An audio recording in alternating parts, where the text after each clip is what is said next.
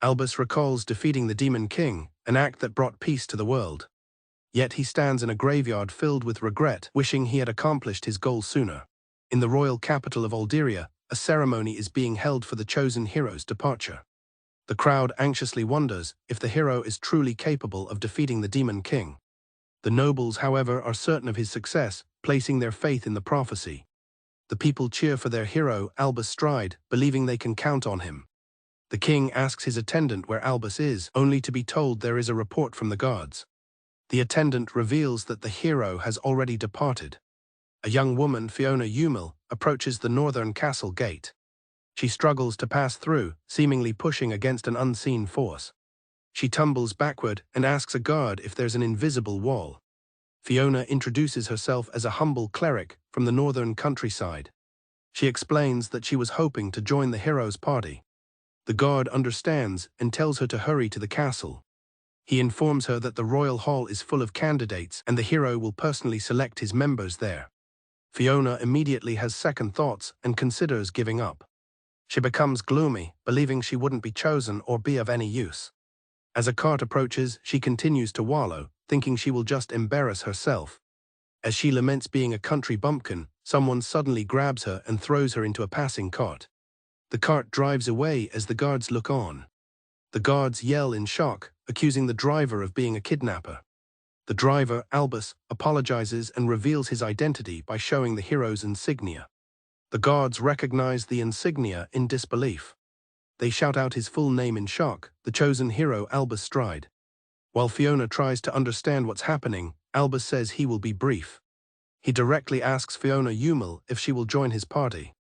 Meanwhile, an official relays Albus's message to the court that he is skipping the ceremony because it is a waste of time.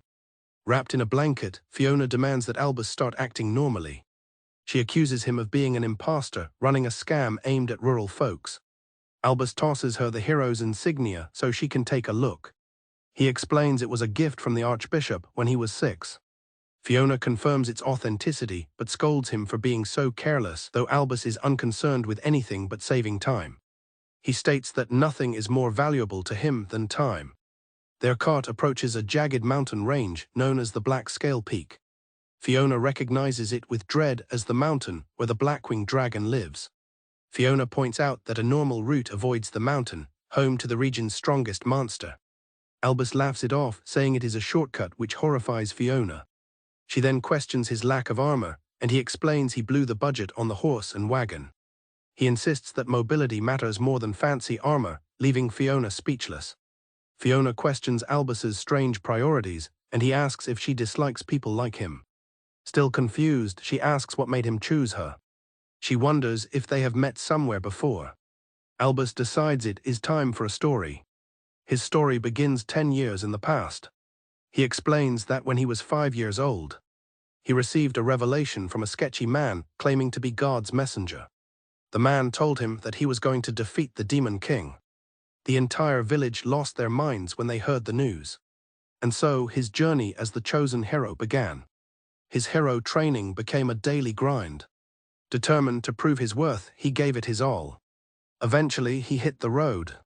His journey took 10 long years. After his 10-year journey, he lost to the Demon King. Fiona is left completely baffled by his story. Albus complains that the Demon King's use of instant death area attacks was a joke. He then reveals that he died. He explains that after his death, he found himself back on the day of his departure.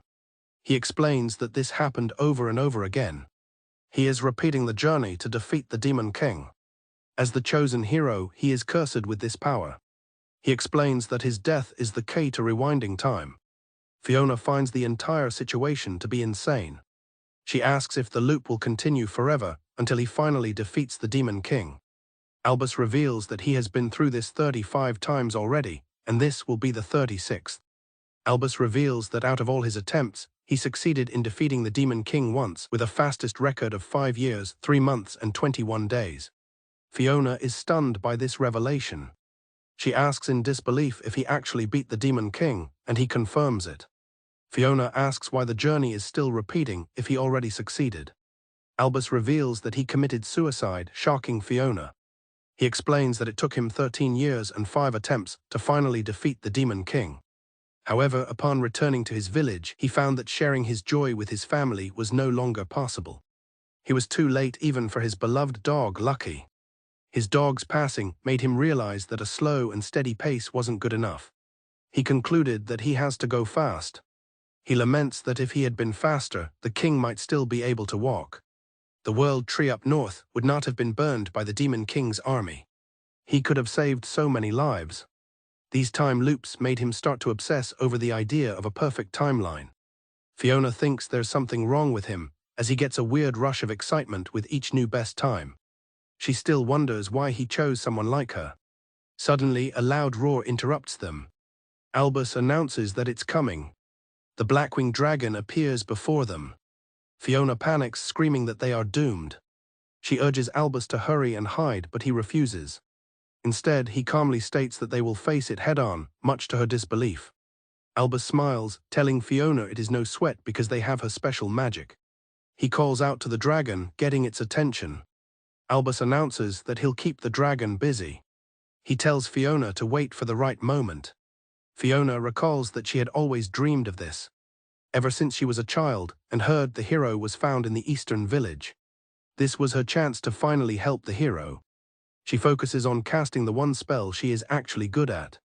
Fiona casts her sleep magic on the dragon. The spell makes the dragon drowsy. Albus notes that the dragon's weak spot is a scale on its neck, a tough target to hit normally. With the dragon asleep, Albus leaps in to deliver a powerful dragon slash. He strikes the dragon repeatedly. The dragon starts to wake up, and Albus calls for Fiona to act again. She successfully cast her sleep magic once more. Albus praises her timing as perfect. Fiona realizes that she is being useful to the hero. With the dragon defeated, Albus celebrates and praises Fiona for her amazing work. He reveals that he first met her on the 6th loop of his journey. He explains that this is how he knows her so well. At first, he had thought she was just an ordinary cleric. He realized she possessed incredible talent after learning she had sleep magic. He notes that clerics who can put dragons to sleep are quite rare. Albus states that he likes people who excel at one particular skill. Fiona reflects that being good at something is like a badge of honor, showing how far you have come. Albus explains that he has traveled with many companions. He tells Fiona that she stands out as his favorite, and that is his honest assessment. He asks her once again to join his party. She accepts, and so her journey began. Albus reveals that if the dragon had started with a fire breath, their success rate was only 60–70%, confirming for Fiona that he is a certified madman. Fiona Umil introduces herself. She is on a quest with the hero Albus Stride to defeat the Demon Lord. Upon reaching the first town on their journey, Albus announces they will be staying for the day. Albus states his previous record for defeating the Demon Lord and sets a new, ambitious goal of 3 years. Fiona is surprised by the aggressive timeline. She asks if achieving this goal will finally break his time loop. Albus turns to her with a serious expression. He admits he is not sure if it will work, much to Fiona's shock. Albus plans to exchange materials they've collected for gold. He estimates they will get around 5,000, a sum that stuns Fiona. Fiona is overcome with joy, excited at the prospect of being able to eat something besides potatoes. Just as she is lost in her happy thoughts, Albus calls out to her, saying there is something he must tell her. They overhear a townswoman sighing about a troubling situation. Albus grows concerned as Fiona prepares to intervene. The woman walks away, still looking distressed. As Fiona begins to speak to the woman, Albus frantically shouts for her to stop. He pulls her away, insisting he has something important to discuss, much to her confusion. Albus sternly warns Fiona not to listen to a single thing the townsfolk say. Fiona looks at him, confused, and asks for an explanation. He asks her what she thinks the #1 obstacle is to completing their journey quickly. He declares that it is the meaningless requests from the townspeople. Albus points toward a man standing outside a house. He explains that the man is deliberately acting, troubled to gain the attention of adventurers like them. Albus reveals he knows the man's request is about a lover's quarrel, and the earlier woman was searching for a lost cat, surprising Fiona. With a determined look, Albus states that he has completely decided on their course of action. Albus declares that there is nothing wrong with ignoring all of them, and Fiona acknowledges his point. He tells her to just focus on defeating the demon lord for now. Fiona seems to reluctantly agree with him. Albus says he is heading to the weapon shop and tells her not to get involved in anything. Fiona watches him leave with a look of uncertainty. Fiona overhears two men discussing how the route to the west was attacked by bandits again. They worry that the town itself might be attacked soon.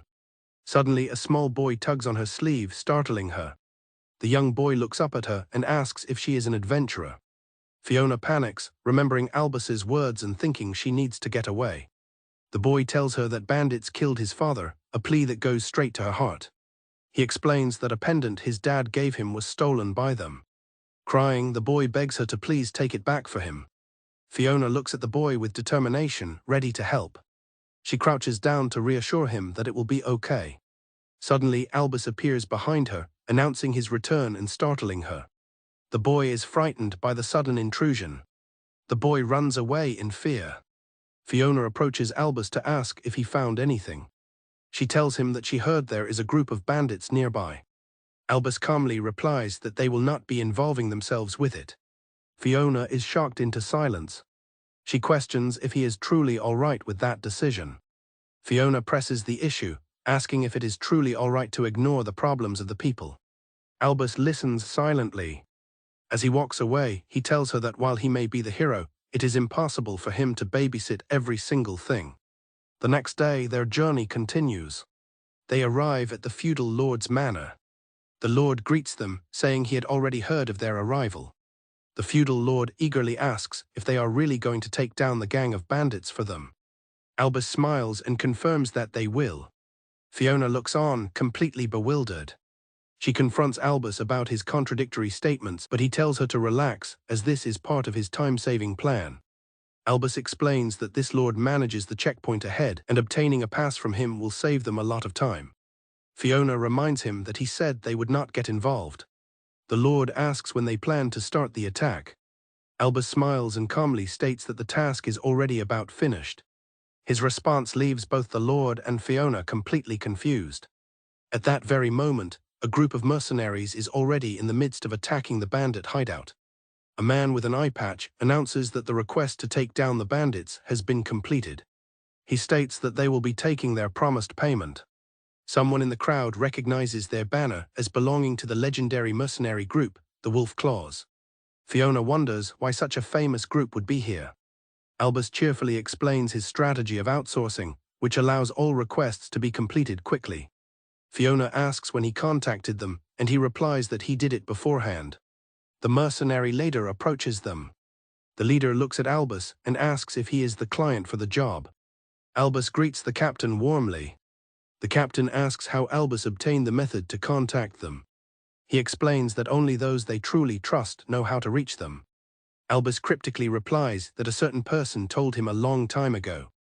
He recalls a memory of the captain giving him their contact information in a past life, offering help if he ever found himself in trouble. Albus looks at the contact card he received back then. In the memory, he had wondered if this contact would work in his next loop.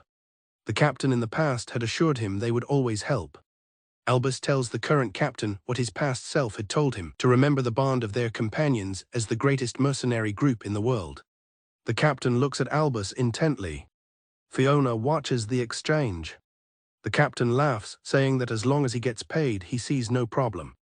He then tosses an item to Albus, explaining it's a detail from the request.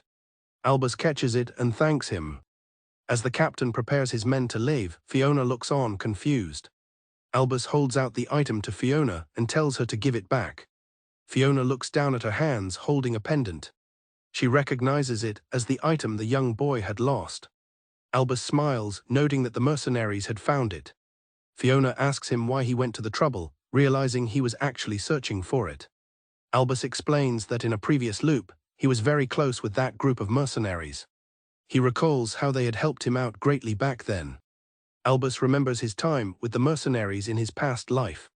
He watches them depart, reflecting that memories should be treasured. Fiona looks at him, processing this new side of him. Down in the street, Fiona returns the precious pendant to the boy. The young boy smiles, happily reunited with his father's pendant. Fiona smiles gently as she watches. She thinks to herself that Albus is quite a weird person, because in reality he just could not ignore other people. This was her conclusion as she observed the peaceful town. Albus tells Fiona to hurry with the packing, as they still need to keep up their pace. Fiona is confused by his urgency. She asks why their luggage is so small, since she thought they would have a ton of supplies now that they have money, but Albus informs her they have no gold left. Fiona is shocked when Albus explains he used it all on the mercenaries. She despairs that they are broke again, just as the boy they helped runs up to them. The boy arrives with a cart full of supplies, telling them to feel free to take anything they need. Fiona is stunned to see the boy. Albus explains that the boy's family is a successful merchant family, so he had to receive a favor from him, leading Fiona to accuse him of only thinking of himself. Albus recalls his hometown, where vast fields of wheat glowed golden in the afternoon sun, and everyone worked together during the harvest. He remembers the fulfilling labor and the blinding smiles of the people. It was in that moment he resolved to protect this beautiful scenery. Addressing the devoted priests, Albus recounts that after being chosen as the hero, he was thankful from the bottom of his heart. He felt immense pride in being able to protect his home and this wonderful world. With great enthusiasm, he swore to the heavens that he would defeat the demon lord for the sake of world peace. His audience is deeply moved by his speech, praising him as a noble young man. The Church of St. Carlos pledges their full-fledged support. Albus expresses his gratitude for their support. He then mentions hearing about a fountain of holy water in the church and requests to take some. A priest explains that the fountain is normally sealed off. However, he will grant them special permission to access it this one time. Upon receiving permission, Albus and his party immediately begin filling up numerous barrels. The priest is surprised at the sheer quantity they are taking. Fiona marvels at the legendary holy water of St. Carlos, and Albus notes its effectiveness in repelling monsters. Albus is pleased, remarking that the holy water will help them avoid most monsters and save a great deal of time. They recall the difficulties of their journey, having to cloak themselves in grizzly bear fur and nearly wandering into a monster's territory. As Fiona begins to gratefully apply the water to their horse, Albus prepares to stop her. He warns her that her method will not make its effects last long. He then declares that he has a better way to use it. Albus and Fiona travel with his new invention in action. He proudly presents his holy water barrel sprinkler system, but Fiona worries he will be punished for using the sacred water this way. As they travel, Fiona tells Albus she was moved by his earlier story. She believed he has always had a noble heart, even as a child. Albus smirks and casually reveals that the entire story was a lie. Fiona is left completely stunned by his admission. He cheekily asks if it was a convincing tearjerker, to which she expresses disbelief. Fiona asks him for the real reason he has been motivated to continue his quest for so long. Albus confesses that at first it was just a whim. He explains that when a strange man told him he was the hero, his only thought was about how everyone would spoil him. He admits he believed defeating the demon lord would be easy, and that he would manage somehow. Hearing this, Fiona grows worried, having set out on this journey because she admired the hero. She laments that the real hero seems to be cowardly, selfish, and uncaring. Fiona begins to think she shouldn't have come with him, as Albus explains his mindset is why he failed. He admits that right now he is feeling a lot of regrets. Hearing his somber confession, Fiona looks at him with a new understanding. Fiona presses further, asking if there is anything else he is still hiding from her. She specifically asks for the true reason. He continues to repeat the loop. Before he can answer, their cart is suddenly ambushed by a volley of arrows. They find themselves surrounded by a goblin horde. Fiona panics that they have been suddenly surrounded. Albus calmly notes that the goblins are intelligent enough to attack from a distance with arrows. Fiona urges them to flee, but Albus states that they cannot. Their path is blocked by a massive troll. Albus observes that the goblins even got a troll to help them. Albus analyzes that the troll and goblins work together, one having muscle and the other brains, but Fiona says it's no time for analysis. With the sun setting and their holy water running out, Fiona worries they cannot handle so many monsters at once. Albus declares that the ideal strategy is to spend the least amount of energy possible in difficult situations like this. He reasons that a horde of this size must have a leader, identifiable by its distinct headwear and necklace. If they can take the leader down, the rest will follow. However, with so many enemies, he claims he has no idea where the leader might be hiding, much to Fiona's distress. The goblins cackle around them as they sit in the cart. An arrow is fired from the cart, striking a target below. The goblin leader is struck directly in the head, killing it instantly. The rest of the goblin horde panics at the loss of their leader. With a smirk, Albus lowers his bow and reveals that his previous claim was a lie. Fiona is confused by his admission. He explains that he has already memorized the goblins' attack formation as they only have a single pattern. With the goblins in disarray, only the enraged troll remains. Fiona screams in terror as the massive troll begins charging directly at their cart. She calls out his name in fear. Albus calmly grabs one of the barrels of holy water. He hurls the entire barrel at the charging beast. The creature screams in agony as the holy water burns its skin. Fiona watches the holy water take effect. The troll recoils in pain from the holy water. Seizing the opportunity, Albus leaps from the cart and unleashes an attack he calls Upper Draft. He brings his sword down with immense force, slicing the stunned troll vertically in half.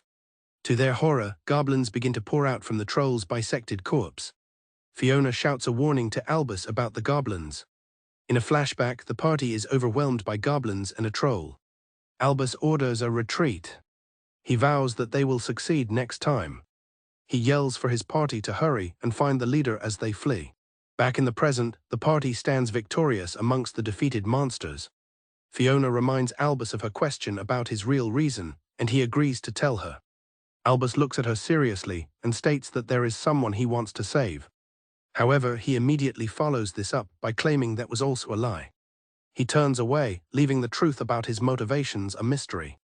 A year has passed since Albus and Fiona began their journey. Fiona traces their path north across the Enner's continent, their destination being Galmut, where the Demon King's castle awaits. Confused by their route, Fiona points out that Lunnon Port is in the opposite direction, but Albus states they are not taking a ship. Albus announces their new method of travel will be a warp gate. Fiona reacts with disbelief to his statement. She questions if such a relic is nearby, and Albus confirms it will allow them to jump straight to their destination, saving time. Albus turns serious, warning Fiona that this path carries risks and potential hardships. He asks if she will still come with him despite the dangers. Fiona expresses her unease, a familiar feeling for anyone who has come to understand Albus. They arrive at a large, dilapidated structure nestled in the woods. Albus points toward a glowing archway within the ruins, identifying it as the Warp Gate. An old man explains that the gate was created by ancient wizards and has run for over 1,000 years on limitless energy. Fiona is amazed by this revelation. The old man correctly identifies Albus as the hero, saying he knew he would show up eventually. The man introduces himself as the shrine's guardian, a role he has held for 40 years. He gives the hero, Albus, permission to use the gate. However, he says there is a catch and asks them to grant his dying wish. Before the guardian can elaborate, Albus grabs Fiona and makes a swift escape. The guardian calls after them, protesting their rudeness. Albus remarks that this tactic sometimes works, but Fiona feels bad and suggests they should hear him out. Albus decides to explain what is about to happen next. He predicts the old man will tell them of a rare rainbow gem he has finally located and will ask for their help to obtain it. Albus continues his prediction, stating the old man will say the gem is hidden in a western dungeon and that he will accompany them. To proceed, they will be told they need a magic key. To get the key, they will need to acquire a flame staff from a merchant to the south. Then they will learn that a monster stole the staff and took it to a fortress in the east. Albus's prediction ends with him recounting how the entire sequence of events would waste a whole year.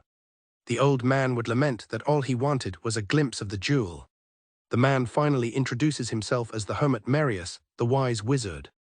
Albus cuts to the chase, asking Marius if the gem is what he is truly after, catching him off guard. Albus suggests that sometimes the things that matter are surprisingly close, but Fiona suspects he is just trying to talk his way out of the quest. Marius asks to tell his story, and Albus curtly tells him to make it short.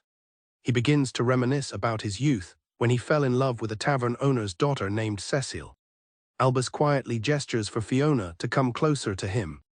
Marius explains that he chose to leave Cecile behind to pursue his study of magic. He recalls promising her that he would return someday with the rainbow gem she wanted to see. As Marius laments the decades that have passed, Albus whispers encouragement to a worried Fiona. The old man's deepest desire is to see his lost love just one more time. Suddenly, a young woman who looks exactly like Cecile appears before Marius. With her heart pounding, she greets him. Marius is overwhelmed with emotion, barely able to speak her name. Marius apologizes for not keeping his promise about the gem. The transformed Fiona kindly tells him to forget about it. Suddenly, Marius pauses, wondering if he had actually made that promise to Cecile. He then recalls a different name, Emeralda, an enchanting dancer, leaving Fiona stunned. In a flash of light, Fiona transforms into an exotic dancer resembling Emeralda. Marius tearfully exclaims her name. The transformed Fiona reminds him of his promise, while the real Fiona wonders how Albus was so well prepared. Marius's memory shifts once more, this time to Mary, a bunny girl from a gambling parlor, leading Fiona to comment on his promiscuous past. Fiona appears again, this time in a bunny girl outfit, much to her embarrassment, as Albus praises how cute she looks. Marius excitedly calls out for Mary, but an annoyed Fiona shoves his face away. Albus asks the old man if he is satisfied now. Marius thanks them, saying it felt like reliving an old dream, even if he doesn't know how they gathered the information. Fiona remarks that he seems to have lived a fulfilling life, and Marius agrees that it was enjoyable. Marius wonders if his life would have been different had he stayed with one person. He admits to having regrets, but views them as an important part of his life. He then asks Albus for his thoughts on the matter. Albus states firmly that he doesn't want any regrets, and that he is aiming for a perfect future. Sometime later, Marius is seen traveling with Albus and Fiona. The three of them sit around a campfire in the woods. Marius animatedly tells a story. Albus listens with a wide, entertained grin. Fiona watches their interaction with a look of surprise. Albus tells Marius that he liked his crazy stories about the past. He adds that he hopes he can hear them again someday. A look of recognition crosses Marius's face, and he asks Albus if they have met before. Albus simply replies that it is an easy task. Back at the warp gate, Marius asks Albus if he is ready, and Albus confirms he is. Marius asks Fiona to take care of the horse. Watching Albus, Marius marvels at his strength and wonders how many loops he has endured. He then turns his attention to Fiona. Marius asks Fiona if something sad happened to her. He tells her he can see a deep, profound sadness in her eyes. Fiona responds with a gentle, knowing smile. Marius offers a blessing, wishing for light to exist for her beyond that sadness as he casts a spell. After the warp, Fiona finds herself alone, gazing upon the distant Demon King's castle. Realizing Albus is gone, she frantically calls out for him.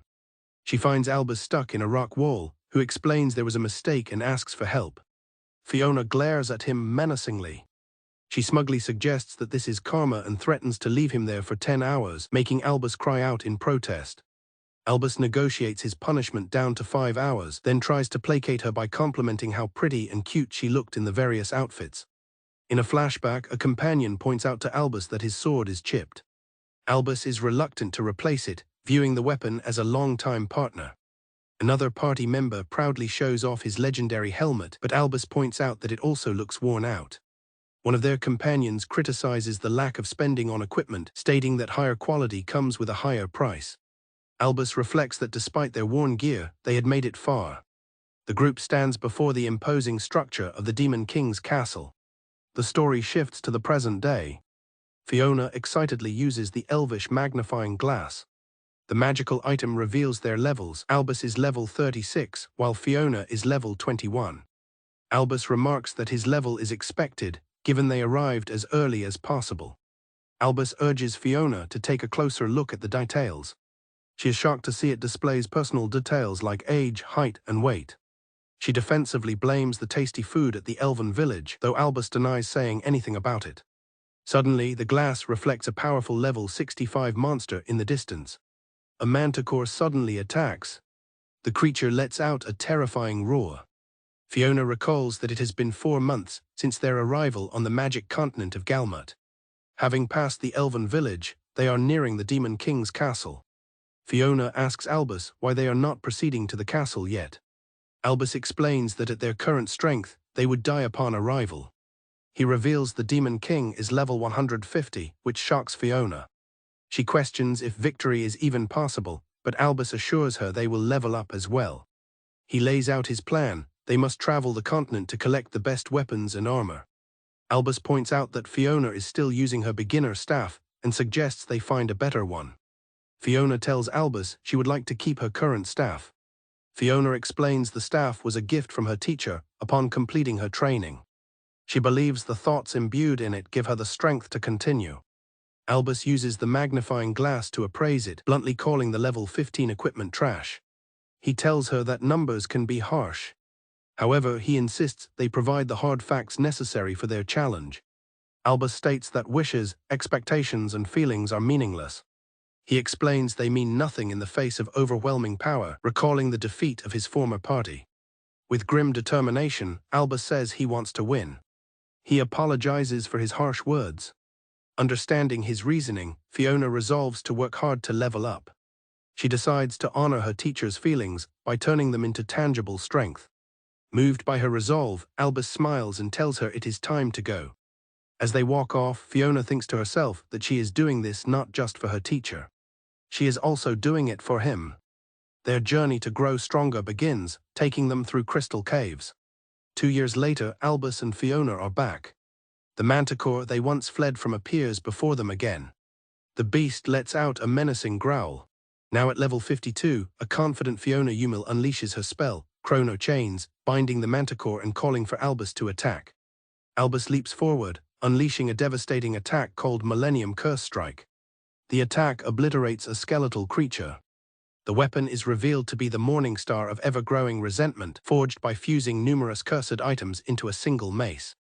Albus, now level 86, remarks that it has the highest possible attack power, while Fiona admits she had her doubts about collecting so many cursed items. Fiona recalls the dwarf who forged the weapon, who cried and laughed maniacally throughout the process. Now fully equipped, Albus declares his intent to destroy the Demon King. Fiona dryly asks if he is sure that he is not the Demon King himself as they prepare for their final destination. Inside the Demon King's castle, a general is informed that a hero has trespassed. The general, Valgo, confidently dismisses the intruder as a mere insect incapable of threatening him. Valgo declares that he cannot allow anyone to disturb the Demon King and will personally handle the intruders. He sinisterly mulls over various ways to dispatch them. He decides he will tear them limb from limb for all to see. He proclaims that the moment they enter his room will be their last. As Valgo finishes his threat, Albus and Fiona suddenly appear, climbing through a broken window behind his throne. Albus casually greets the stunned general. Without hesitation, he smashes Valgo with his mace. A loud explosion alerts other henchmen in the castle. Valgo, enraged, cannot believe the audacity of the intruders. As he reels, Fiona unleashes a powerful blast of dark energy. Fiona casts an ether barrier shield, striking Valgo. The general slumps over in defeat. His underlings react with shock, wondering what kind of weapon could have taken down their master. The remaining henchmen are panicked as Albus and Fiona easily navigate the castle's traps and secret passages. Fiona remarks on their smooth progress, and Albus explains his familiarity with the castle. They pause to catch their breath, with Albus announcing the throne room is next. Fiona decides to ask him a question that has been on her mind. Fiona asks Albus why it is only the two of them on this mission. She questions the conventional wisdom of safety in numbers. Albus explains that for a mission requiring speed, a larger group can be a hindrance. Albus tells Fiona he judged that 2 people would be sufficient for this task. He recalls his first party, which included the elite warrior Loro and the Magic Academy prodigy Gina. He reflects that while both were skilled fighters he could trust, they had their flaws. Loro moved at his own slow pace. Gina was overly concerned with her pay. Albus concluded they were not ideal for a journey where speed and efficiency were paramount. He mentions Whirl, a steadfast but hard-to-convince mercenary. There was also Toko, a sharp but emotionally volatile bandit. And Avel, a knowledgeable stargazer with his own family problems to deal with.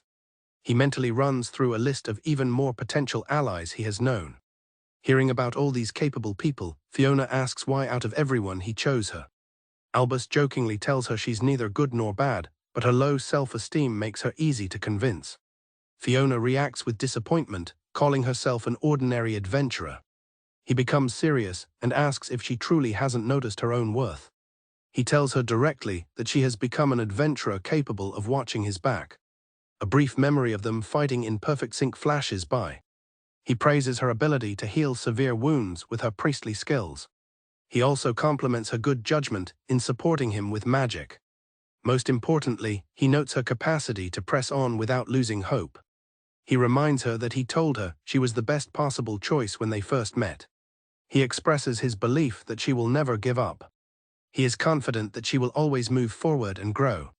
He concludes with a smile, telling her she is another fool who refuses to quit, just like him. Blushing, Fiona asks if he thinks she's gullible enough to believe him.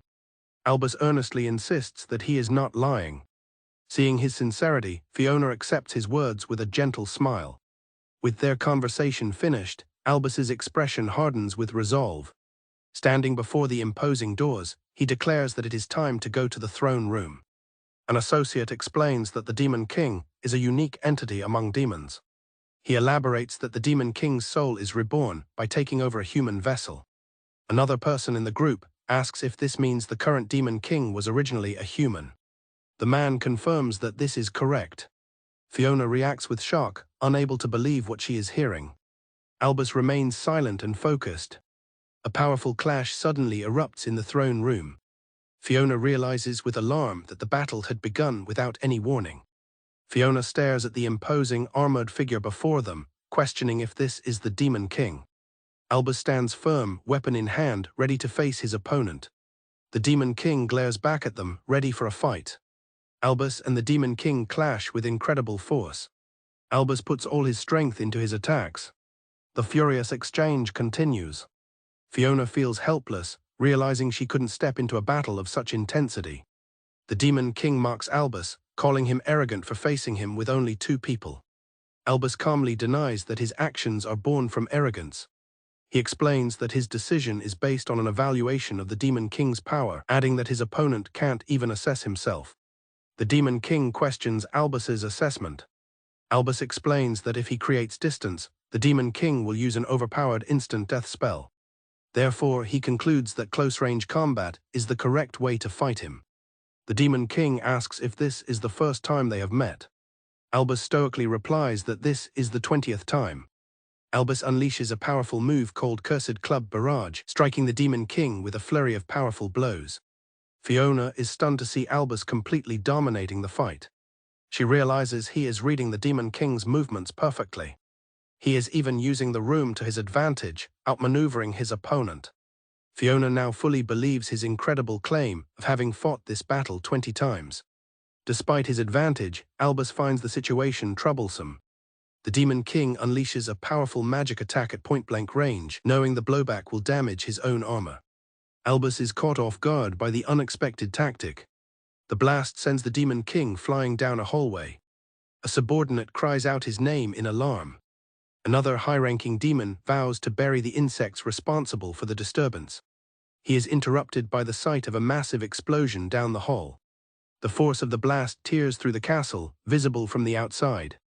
The Demon King stands before the massive hole he blew in the castle wall, admitting he hadn't intended to make it so large. He glares down, declaring that hero Albus has finally managed to get on his nerves. Albus lies injured amongst the rubble.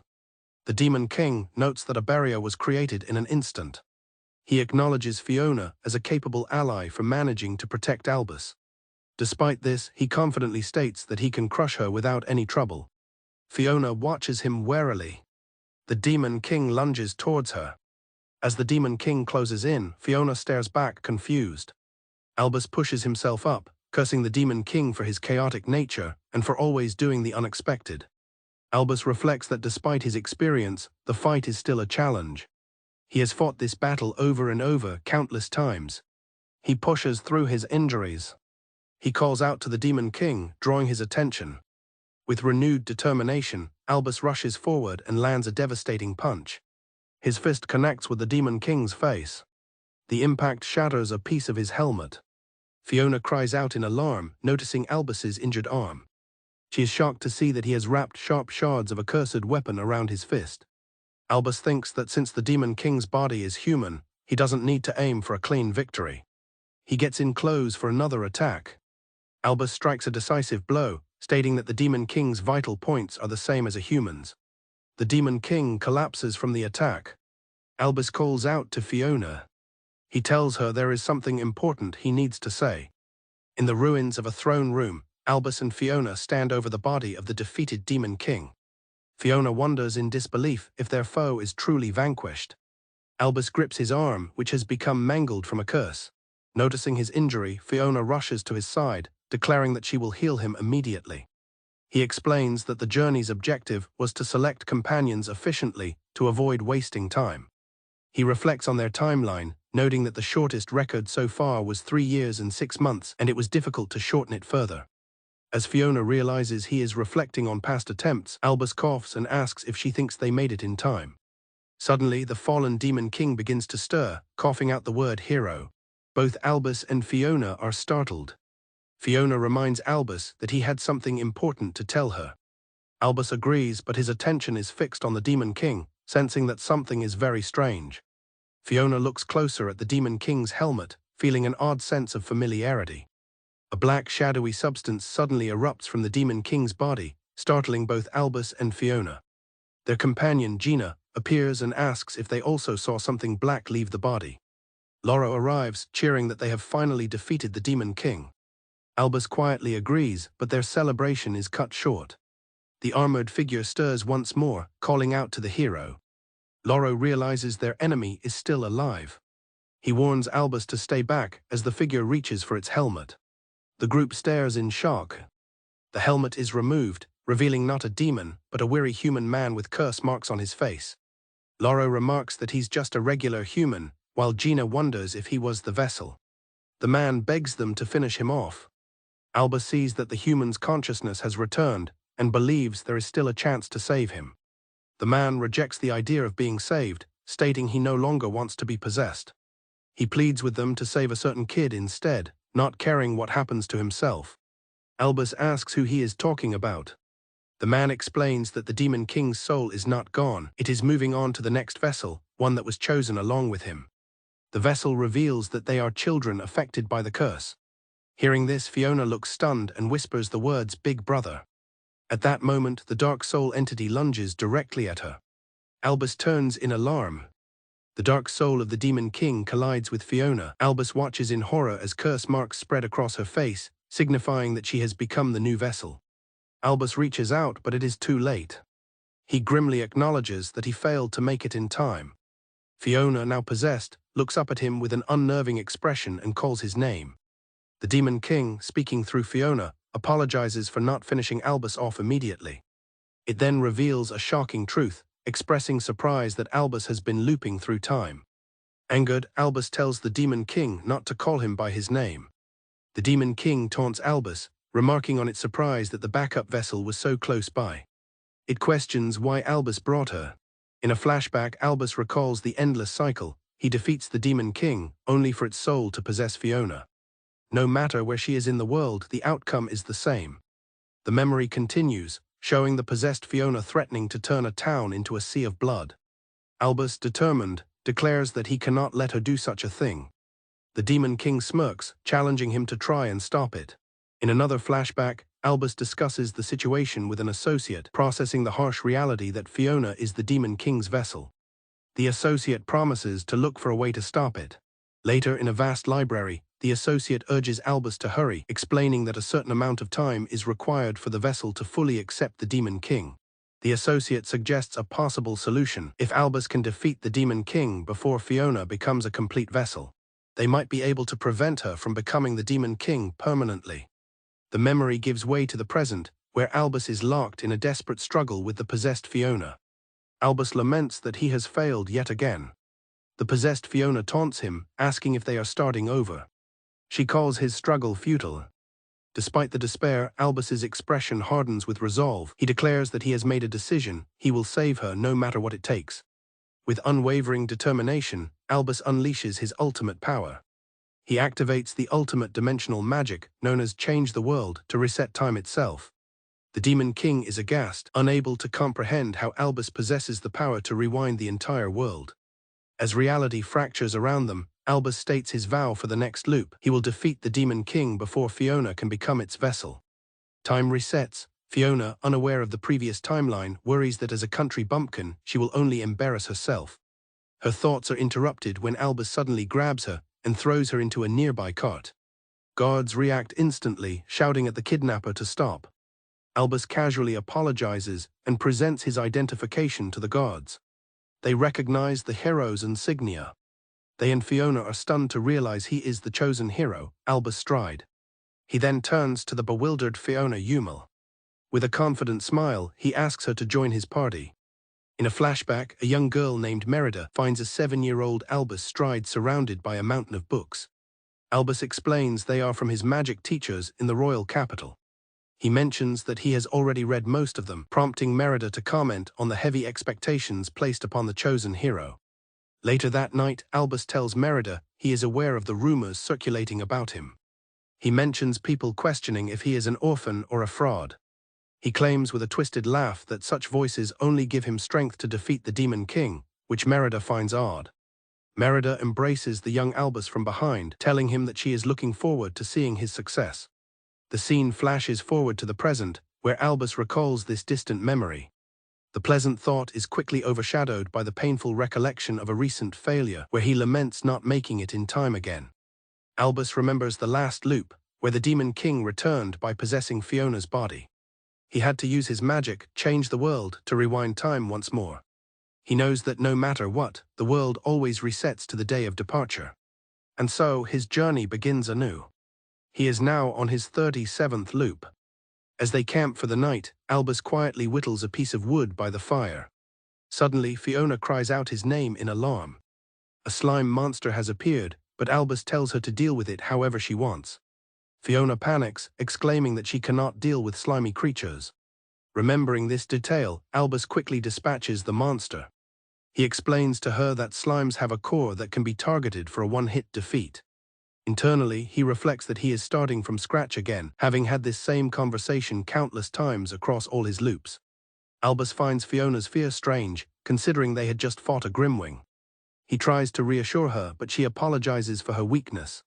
He sighs, thinking that raising people is difficult, but accepts that this is normal for the early stages of their journey.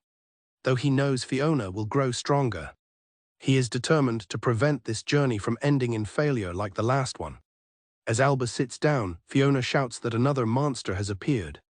Albus is annoyed, wishing a certain someone was around to help in times like this.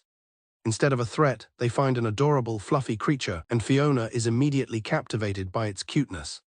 However, Albus recognizes the creature and realizes it is bad news. Albus identifies the creature as a hipstar, also known as a phantom rat. He explains that its special ability is illusion magic. Fiona falls under its spell. She excitedly points to a beautiful flower field that isn't there and runs off to see it, despite Albus's warning. Albus sighs, once again thinking that raising people is a hassle. He remembers Merida's orphanage, where she single-handedly cared for 6 children and a dog. He had asked her if she found it a hassle. He pointed out that they were practically strangers and not related to her at all. Merida remarked on his dark outlook for a 7-year-old. Albus then revealed that his parents had abandoned him, calling himself an unwanted kid. Seeing the sadness on his face, Merida playfully grabbed his cheeks and told him to stop making such a sad expression. When he asked why she stayed with everyone, Merida explained with a bright smile that being surrounded by smiles is the key to enjoying life. Her words left a profound impact on the young Albus. She told him that creating that kind of happy place was her goal. In his memory, Merida asks him what kind of world he, the hero, will create. The flashback ends, returning to the present campfire. Albus turns to Fiona and asks where she is from. Fiona tells him she is from a northern town called Tome. Albus continues to ask her simple questions about her favorite food and if she likes animals. He explains to himself that communication is key to building trust from scratch. Fiona, however, becomes flustered by the barrage of questions, worrying that she is being re-evaluated for being useless and might be fired. When Albus asks if she has any siblings, Fiona reveals she had an older brother. She explains that he disappeared when she was 4, likely attacked by monsters. She notes that since the Demon King's revival, monster attacks have become much more frequent. Fiona explains that her personal loss is why she volunteered to join the hero's party, hoping to prevent others from experiencing the same pain. Albus thinks to himself that he has heard this before, but that communication is important. Fiona then turns the question to him, asking about his family. Albus replies that he has been at an orphanage for as long as he can remember, where there was someone who was like a mother to him. Albus continues, explaining that this person, Merida, passed away. Fiona listens intently. He tells Fiona that Merida died from an illness when he was 10. This led him to the somber conclusion that people die far too easily. He reflects on the limits of his power. Even with Change the World, he cannot turn back time far enough to save Merida. Therefore, he must aim for a perfect future, a world like the one Merida created. As he gets lost in this thought, Fiona notices his pained expression and asks what is wrong. With tears in her eyes, Fiona forces a smile and tells Albus that when you feel sad, you should smile. She explains that this is the key to moving forward. Her words echo Merida's own philosophy, reminding Albus of his purpose. He thinks of Merida, reaffirming his resolve that he has someone he wants to save. The story shifts to the northern continent, in the snowy town of Tome. Inside a tavern, patrons express concern for a man named Byron, who has had too much to drink. Byron brushes off their worries, telling them not to boss him around. The patrons reveal the reason for his drinking. His beloved pupil has gone on a journey. Byron worries about his pupil Fiona, hoping she made it to the hero's party. The narrative shifts to Fiona's journey to defeat the demon lord. She recalls how they calmed a bandit uprising in the city of Sepata. Afterward, they headed to the dungeon known as Orbel's underground tomb. Inside the dungeon, the party faces the boss monster, Castor the Wraith, as Fiona stands confused. She seems completely disoriented, wondering why she is there. Fiona questions their focus on boss fights, and Albus explains that their last run was their fastest ever. However, he notes that avoiding battles made leveling up and gathering equipment a hassle later on. Albus declares their new strategy is to focus on efficient leveling by defeating bosses quickly. Albus informs Fiona that this boss is perfect for her to fight. Fiona appears completely frozen by the declaration. As the monster attacks, Albus pulls a paralyzed Fiona to safety, shouting at her to move. Albus explains that Castor is just an undead monster. He elaborates that undead are weak to healing magic, meaning she can deal massive damage in one hit. He urges her to hurry and cast the spell, calling it an easy boss for her. Flustered in his arms, Fiona stammers that she cannot move. Albus encourages Fiona to try harder, saying he knows she can do it. Fiona recognizes the look on his face, as she has seen it before. She flashes back to her mentor, Byron, asking why she was not using her healing magic. He questioned her ability to handle even low-level spirits on her own. A young Fiona could only apologize to her sensei. The flashback continues, with Byron telling a young Fiona that she underestimated the world with her dreams of joining the hero's party. He sternly warned her that people like her are the first to die. Returning to the present, Byron thinks back on Fiona's past, recalling her as a hopeless scaredy-cat student. Byron admits that he didn't think she was suited for adventuring. A companion points out that despite his reservations, he still trained her and sent her off. Byron agrees, acknowledging that Fiona's persistence was remarkable. He recalls asking her why she worked so hard, and she replied it was because of him, much to his surprise. Fiona remembers that day when she was sick in bed. It was the day her brother disappeared. A voice called her name, telling her to come here. Even now, she feels as though a voice is calling for her. She remembers holding her brother's hand, telling him not to go. He tried to reassure her, saying it was okay. She watched him walk into the woods. Suddenly, he disappeared in a flash of light. Fiona has always believed her brother died to save her. Byron concludes that this is why she feels she has to live for someone else's sake. Meanwhile, Albus struggles to carry Fiona, who protests and asks to be put down. Byron believes this way of life is also the reason she so deeply admires the hero. Albus finally sets Fiona down with a thud. After Albus puts her down, they both tumble to the floor. Fiona picks herself up, a determined look on her face. Byron's voice reflects that she is a kind girl. Fiona stands firm, ready to face the boss. Byron is confident that once she resolves herself, she is strong. With a determined cry, Fiona prepares to cast her spell. She unleashes a torrent of healing magic upon the wraith. Byron muses that as long as she is fighting for someone else, Fiona can become the strongest cleric. He notes that the only thing she lacks is confidence and hopes someone will show up to support her. He hopes for someone who will tell her that she will be fine. After the battle, Albus looks up at Fiona and compliments her on her good healing magic. Albus tells Fiona he always knew she would be fine. Fiona smiles, thinking of her sensei and hoping he is doing well. She reflects that thanks to him, she is now traveling with the hero. Back in the tavern, Byron weeps with pride, while his friends tease him for crying again. A herd of large, flightless birds stampedes across the plains. Fiona watches the creatures with curiosity. Fiona remarks that she has never seen such birds before, and Albus identifies them as Kebble big birds. Albus explains they are known for sprinting at incredible speeds. Albus adds that the birds are not very smart, which surprises Fiona. He elaborates that when one starts running, the others instinctively follow without knowing why. Fiona thinks they are still rather cute. Albus notes that their tendency to keep running without hesitation reminds him of a certain someone. Albus describes this person as a brave and reckless warrior who charges headlong into enemy lines. He is about to say the warrior's name. Their journey takes them to the city of Kebalia. Albus asks Fiona to run some errands for him. He hands her a map, explaining it shows the shortest route. Albus points out some things to watch out for on the route from the tool shop to the magic tool shop. He suggests cutting through a residential area, a difficult shortcut that makes Fiona protest. Fiona arrives at the weapons shop. An elderly shopkeeper welcomes her inside. He smiles warmly and asks what she is looking for. Fiona requests a silver sword, and the shopkeeper happily obliges, inviting her to browse. She recalls Albus's specific warning to watch out for the shopkeeper.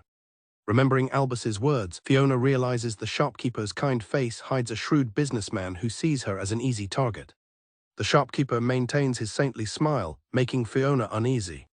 He plots to sell her a worn-out sword and other items to jack up the price, making Fiona want to leave quickly. Suddenly, the bell on the door jingles loudly. A new customer bursts in, calling for the shopkeeper. A warrior storms in, shouting that the sword he bought yesterday has already broken. He glares angrily at the shopkeeper. The shopkeeper recognizes the customer from the day before. He realizes with dread that he had sold this man a blunt sword. The shopkeeper nervously tells the warrior that they do not offer refunds. To everyone's surprise, the warrior bows and apologizes. Fiona and the shopkeeper are left speechless by his apology. He blames his own inexperience and poor swing for the sword breaking. He introduces himself as Loro Liberio. Loro then announces that despite the embarrassment, he wants to buy another sword.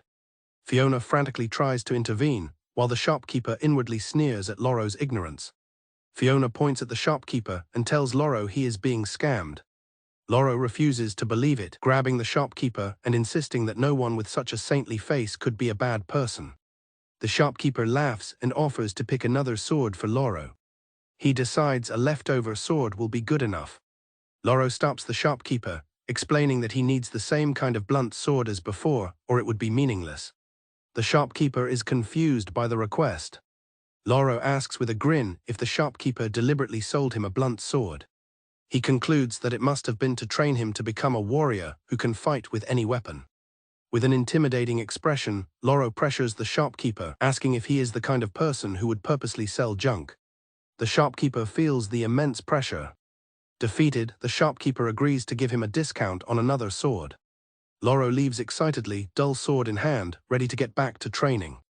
Fiona calls out to him, still completely confused. Fiona catches up to Loro and asks if he seriously does not think he was scammed. Loro replies that it does not matter. He explains that life rarely goes as planned, and what is important is how one perceives events and acts on them. To him, everything in the world is a trial to make him the strongest warrior. Loro then changes the subject, asking if they know anything about the hero Albus Stride.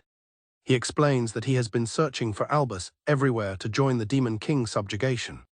He had initially planned to wait at the castle for the departure ceremony. However, he had a strange feeling that made him change his plan. So he waited in the castle town and eventually spotted the hero riding in a carriage. He immediately ran out into the street. He desperately tried to catch the hero's attention.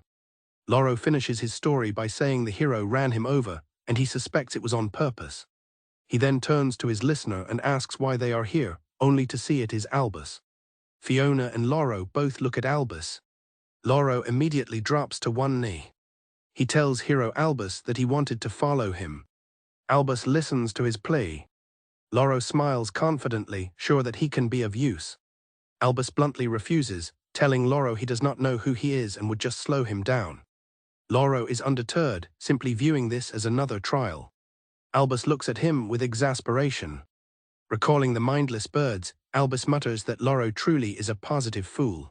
In the ruins of the Demon King's castle, a weary Loro sits amongst the rubble and asks Albus if their battle is finally over.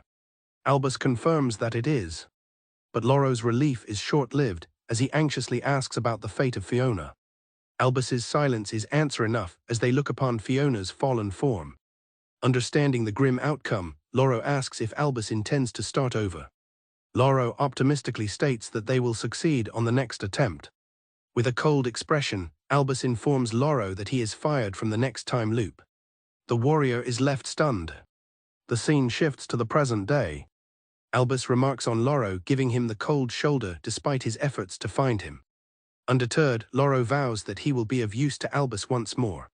Loro grandly introduces himself, declaring his ambition to become the world's strongest warrior. Fiona quietly asks Albus if this is the person he was talking about. Albus confirms that Loro is a warrior he used to travel with, but expresses frustration that his appearance was not part of the plan. Seeing Albus's displeasure, Fiona wonders if he doesn't want Loro in the party. Albus explains that for the fastest possible journey, the party needs discipline. He recalls that Loro was the biggest troublemaker. He recalls how Loro would accept every job and request he came across. This recklessness would often drag the party into unnecessary fights, putting them all in danger. Albus remembers Loro's relentless optimism. He never looked back and never gave up. This earned him the nickname Positive Berserker. As Fiona begins to understand, Loro overhears them whispering. He declares that he can't stand being rejected without proving himself. He demands a chance to prove his worth. Suddenly, a large man grabs both Albus and Loro. A smaller man in a hat declares he's found two lively contestants. He scolds them for fighting in the streets and offers a proper competition instead. He invites Fiona to come along as well. He leads them all to a large racetrack. They are brought to the starting line of a race featuring large birds. The man explains that this is the famous Kabylia city attraction, the Big Bird Race. The race organizer explains that it's a local pastime where people race on kebble birds. He is short on jockeys and suggests they settle their dispute by competing. Loro eagerly accepts the challenge, declaring that if he wins, Albus must let him join the party. Albus questions Loro's intense desire to join the party. He reminds him that his original goal was simply to grow stronger, not necessarily to defeat the Demon King. Loro recalls that he was indeed just looking for ways to get stronger when he came across the hero's recruitment poster. Loro explains that seeing Albus in the royal capital stirred something within him. He describes it as a fire in his heart. It was an instinct he couldn't fully understand that compelled him to follow Albus. Albus is taken aback by Loro's passionate words. As the race is announced, the crowd cheers in excitement. The announcer declares that a single lap will decide the winner, and the racers take their positions. The race begins, and Albus immediately surges into the lead with astonishing speed. The move leaves Loro behind. From the sidelines, Fiona cheers, amazed by how fast Albus is. Albus recalls the moment he fired Loro in the previous timeline. Loro, surprisingly quick to accept it, had simply declared that he would find Albus again himself. Albus then had to explain the harsh truth: when he uses his power to change the world, no one else's memories carry over. As the race continues, Albus remembers Loro's response. Loro had explained that the memory loss didn't matter. He had explained that his heart was burning fiercely, with frustration over his own powerlessness. That feeling was born from watching Fiona die. Loro's true motivation was his desperate desire to have saved Fiona. Back in the present, Fiona shouts that Loro is approaching from the outside lane. Loro, feeling a strange yet powerful sensation, pushes forward. He gains on his opponent. Fueled by his burning resolve, Loro vows not to let this flame extinguish. He feels a fierce fire burning deep inside him. Albus realizes with a smile that he had lost the moment they met. Loro crosses the finish line in first place. Loro approaches and asks if he has now earned the hero's approval. Albus, feigning annoyance, tells him to stop because he's creeping him out. Albus tells him to drop the formalities and just call him Albus, adding that he's counting on him. They seal their new partnership with a fist bump. The next day, Fiona worries that Loro has overslept, but Albus irritably suggests they should just leave him. With that, Loro officially joined the party.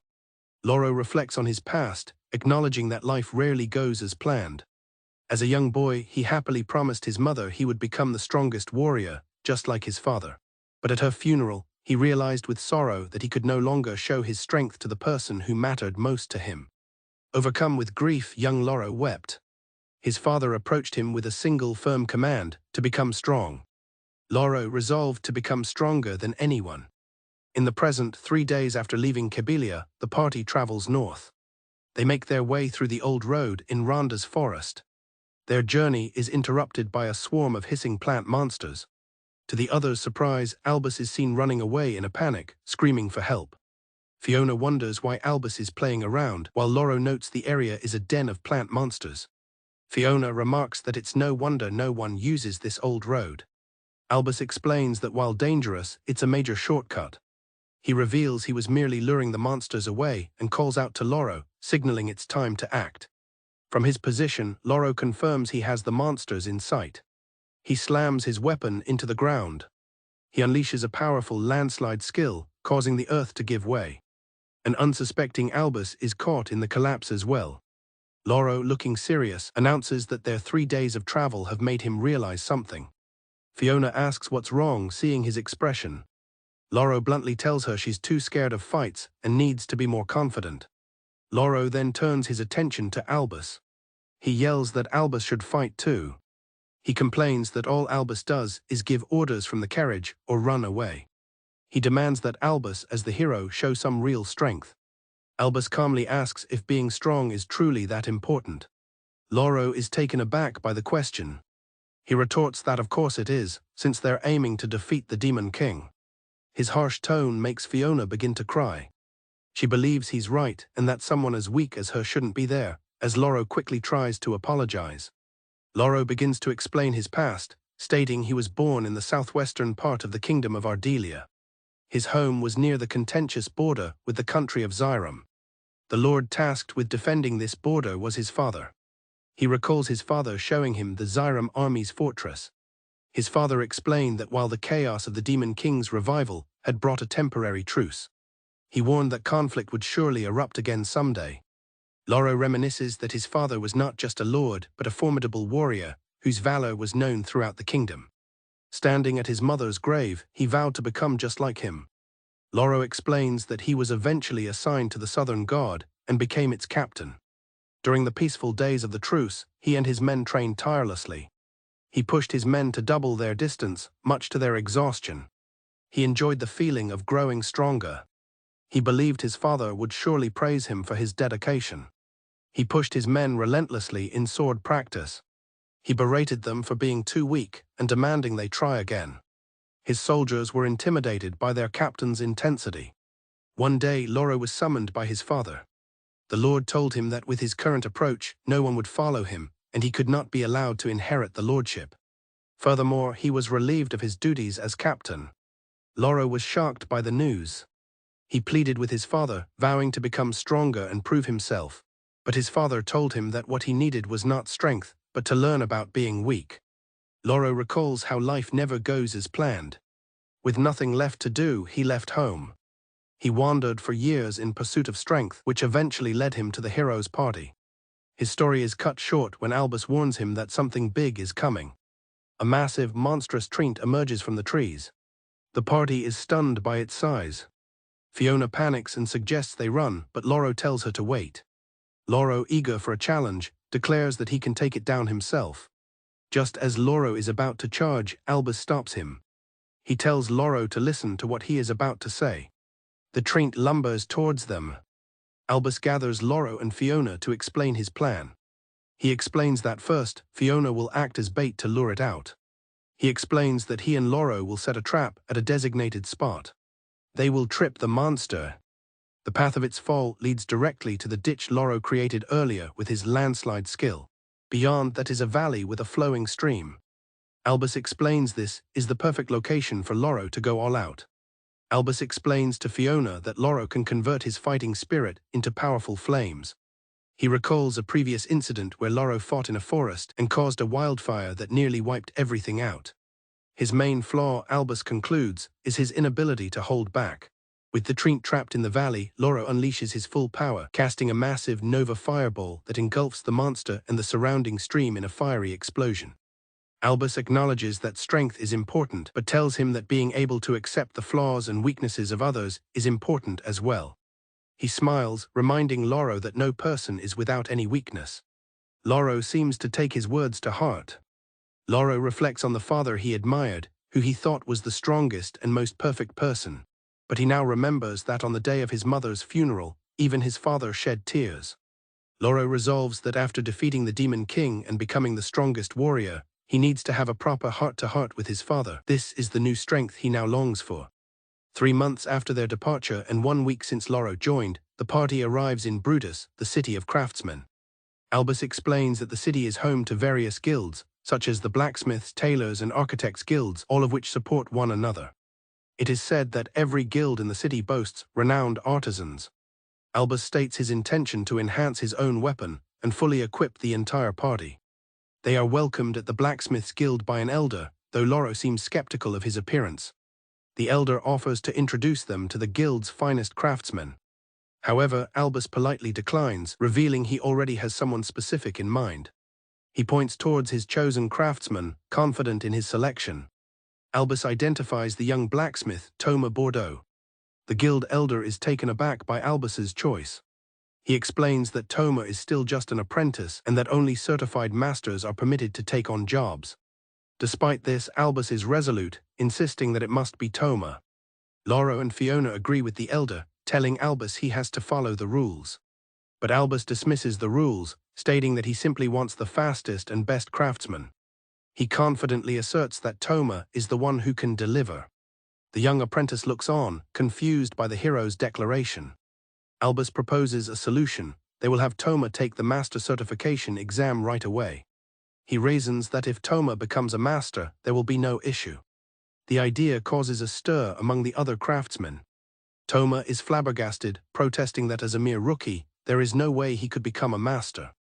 Albus asks Thomas how long he has been with the guild, and Thomas reveals it has been 10 years. Thomas laments that in the end, skill is everything in their world. Loro asks about the exam.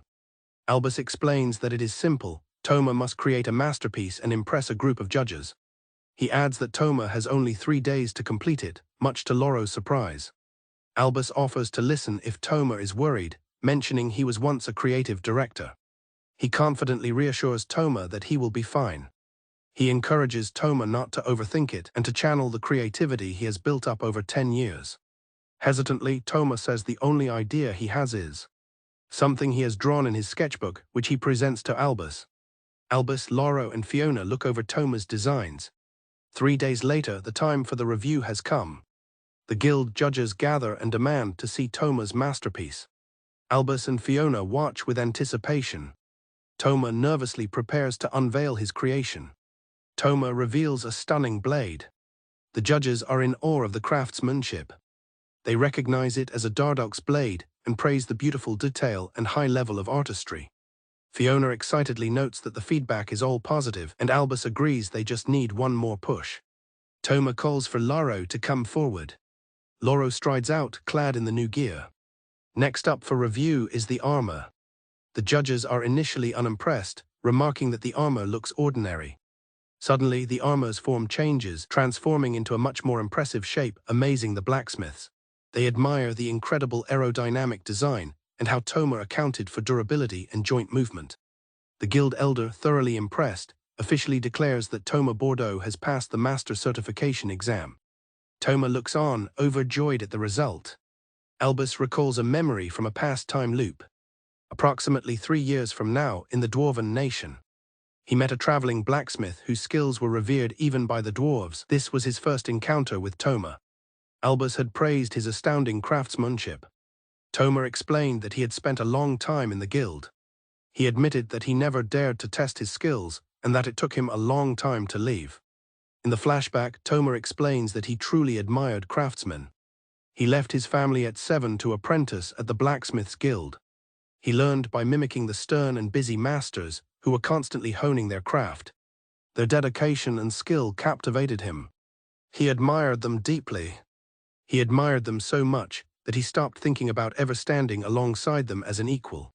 Toma's memory concludes with him telling Albus that he later realized there was nothing to fear. Back in the present, Fiona asks Albus if he knew about Toma's talent all along. Albus confirms that he did. He explains that 3 days prior, he simply told Toma his own future words. He encouraged him not to be afraid. Albus remembers more of the future Toma's words. No matter how much reverence he felt, his strongest drive was the desire to craft. Albus had told the younger Toma that as long as he followed his heart, it would be fine. He knew that back then, Toma was already a true craftsman. After the exam, Toma enhances Albus's sword. Toma presents the enhanced sword and asks for his opinion. Albus notes that while it doesn't look much different, its performance has improved significantly. He can feel the new strength in the blade and praises Toma's nice work. Just then, the other blacksmiths call for Toma to join their celebration. Toma realizes there was nothing to fear after all. When he became a master, his fellow craftsmen were genuinely happy for him. Albus and Fiona watched the heartfelt celebration. The other craftsmen even scolded him for not showing his talent sooner. Loro turns to Albus and asks how he knows so much about the future, and Albus realizes he has not yet told them about the time loop. Loro enthusiastically points out that the market is bustling with activity. As the group walks through the stalls, Fiona is surprised to find Berin carrots, a specialty from her hometown.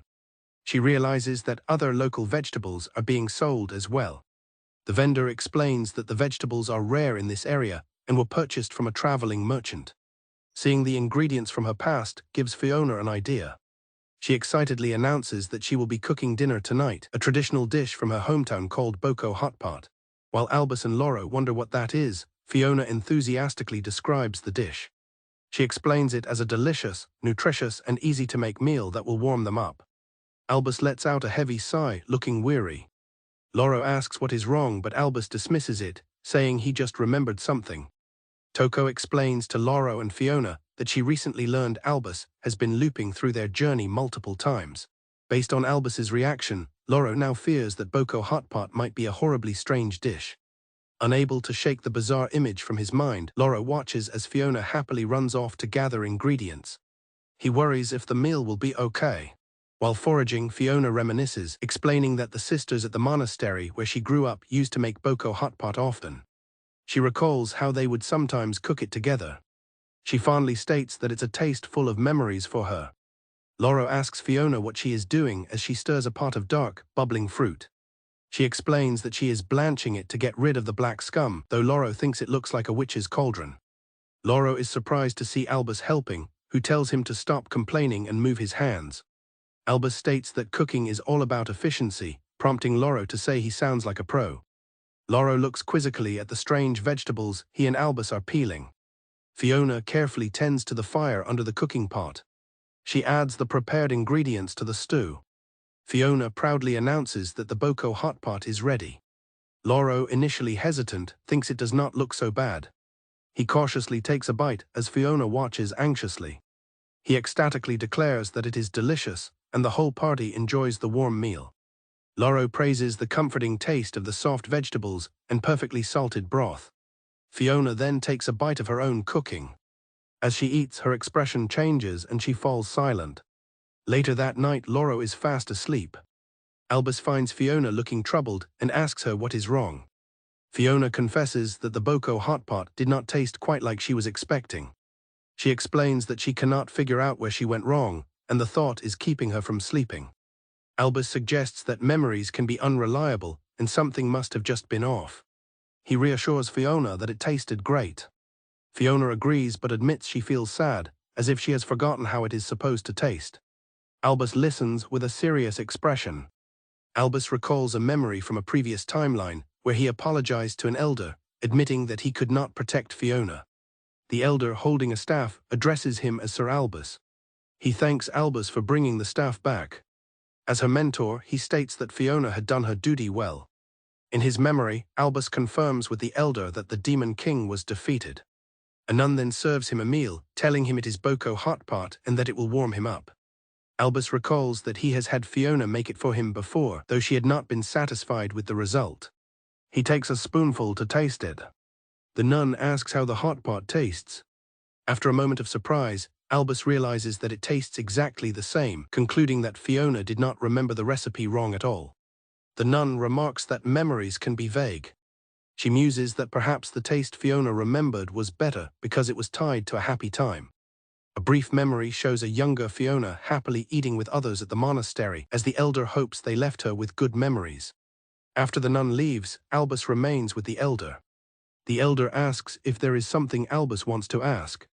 Albus confirms that there is something else he needs to know concerning Fiona and her brother. Returning to the present, Albus reassures a worried Fiona that everything will be fine. He tells her that they will defeat the Demon King and return home, and then they can taste the real thing again. He promises he will make sure to bring her back. Encouraged, Fiona smiles and says that when that happens, she will invite him. A young traveling merchant named Zelok introduces himself. Fiona, also captured, introduces herself in return. Zelok explains he was just trying to get some water for his camp when he and Fiona were captured. An ogre carries them through the woods in a cage. Zelok explains that despite their appearance, ogres are highly intelligent and use traps for hunting. He adds that capturing prey alive means they intend to butcher it while it's fresh, which horrifies Fiona. However, he reassures her not to worry, as he has something useful in his pocket. Zelok presents magic seeds from the magic continent. He casually tosses one out of the cage. Fiona expresses her alarm and confusion at his actions. Unseen by them, Albus watches from a tree branch, taking aim with his bow. An arrow strikes one of the ogres. The ogre cries out in pain. Its companion, startled by the attack, flees into the woods. Fiona notes that the other ogre was smart to run away. Albus appears, and Fiona calls out his name in relief as he asks what she is doing there. Zelok recognizes Albus. Albus confirms that he knows him. Zelok can't believe his luck, exclaiming that he never thought he would meet the legendary hero. Later, around a campfire, Fiona asks Albus if he knows Zelok, and he confirms that he does. Albus explains that Zelok is a traveling merchant who deals in medicinal herbs and magical materials. He privately thinks of him as more of a fan or a stalker. Albus recalls how Zelok has a habit of showing up unexpectedly, even on the magic continent. Despite his eccentricities, Albus concedes that Zelok can be useful.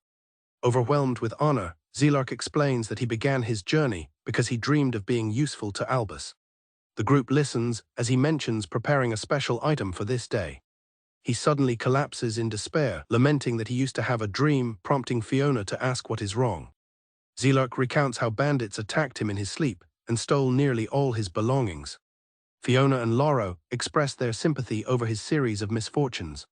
Albus declares that it was a terrible incident and promises to get Zelok's things back. Zelok is shocked by the offer of help. The others suspect Albus is scheming something due to his smirk.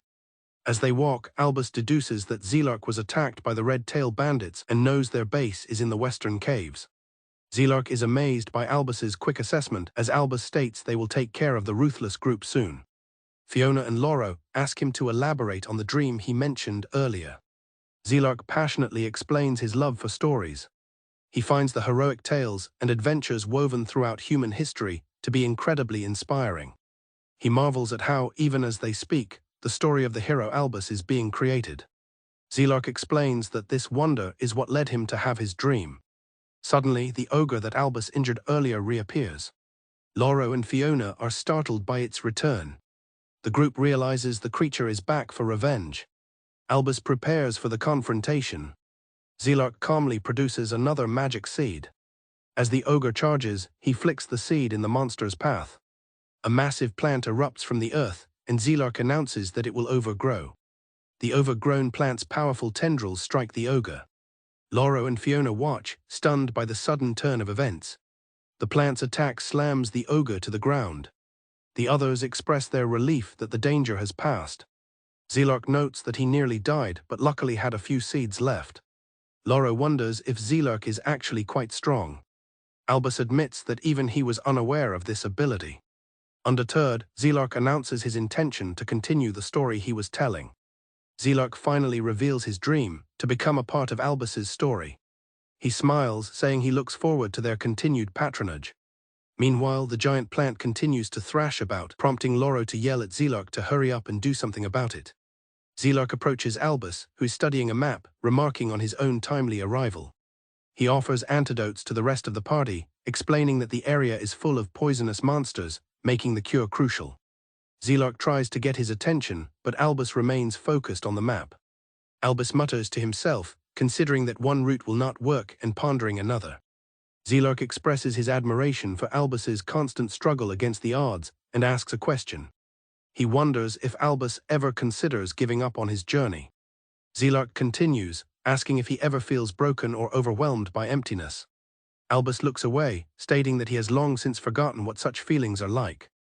In the present, the group hides in the bushes, and Fiona identifies the cave as the Red-Tail Bandits' hideout. Albus states their objective is to retrieve Zelok's stolen belongings. He adds that they will also be taking a rare power gem that the bandits possess, revealing his true goal. Loro gets excited and prepares to charge in, but Albus quickly stops him. Albus calmly assesses that there are only 4 guards posted outside. He quickly formulates a plan to sneak up and knock them out. The plan concludes with tying up the incapacitated guards. With a confident smile, he declares the task done as his party stands behind him. Loro is shocked that they are not fighting, but Albus clarifies their plan is to infiltrate and leave quietly. He explains that storming in would be risky against 20 bandits. However, he notes their carelessness and sloppy security will allow for a stealthy approach. Fiona asks if this is how he has always succeeded, and Albus confirms that he has done this many times. Loro questions letting the bandits run free, suggesting it would be better to crush them now. Albus flatly refuses, stating it is not his job. He explains that nearby guards will soon deal with the bandits, so their involvement is unnecessary for an efficient journey. Zelok agrees that it sounds good to him. Zelok says he does not mind that kind of story. After Loro sighs in defeat, the party agrees to the plan. They approach the cave entrance, where a guard nervously asks if it is time to change shifts. Albus tells Fiona to come with him to get what they are after, while the rest keep watch. Albus and Fiona spot a lone guard in front of the storage room. The guard begins to question who they are. Before he can react, Fiona casts a dream sleep spell, instantly putting him to sleep. Albus laughs, praising Fiona's sleep magic, while she wonders if they are the bad guys. Albus eagerly prepares to grab the loot. Suddenly, a huge spiked flail swings through the air. Albus dives out of the way, just in time to avoid being hit. Fiona cries out his name in shock. A new figure appears, holding the chain of the weapon. The bandit leader triumphantly announces that hero Albus has actually come. She introduces herself as Zank Zamzak, leader of the Red-Tail Bandits. She declares that if she takes Albus down, she will become the hero. Albus realizes with annoyance that their cover has been blown. In a flashback, Zelok reacts with alarm to the idea of Albus having forgotten his emotions, insisting that it will not do. Albus asks what he means. Zelok explains that he used to feel the same way before starting his job. He describes how every day repeated endlessly to the point of hatred. He gratefully tells Albus that meeting him has shown him a new world. Zelok encourages Albus to live a little, explaining that his heart needs stimulation. He passionately insists that if the journey is not interesting, the story will not be either. Back in the present, the bandit leader stands ready for a fight. Albus grips his sword, preparing to face her. Zank is surprised by the counterattack. Albus casts a gust spell, unleashing a powerful blast of wind that sends her flying back. The other bandits cry out in shock as their boss is struck down. The rest of Albus's party see the commotion and wonder what to do. Albus turns and shouts for Zelok to do something. A flustered Zelok questions if he is the one who should act. With newfound resolve, Zelok announces that he will not hold back and unleashes his power. Massive plant-like tentacles erupt from the ground, ensnaring the surprised bandits. Albus and Fiona can only say wow at the display.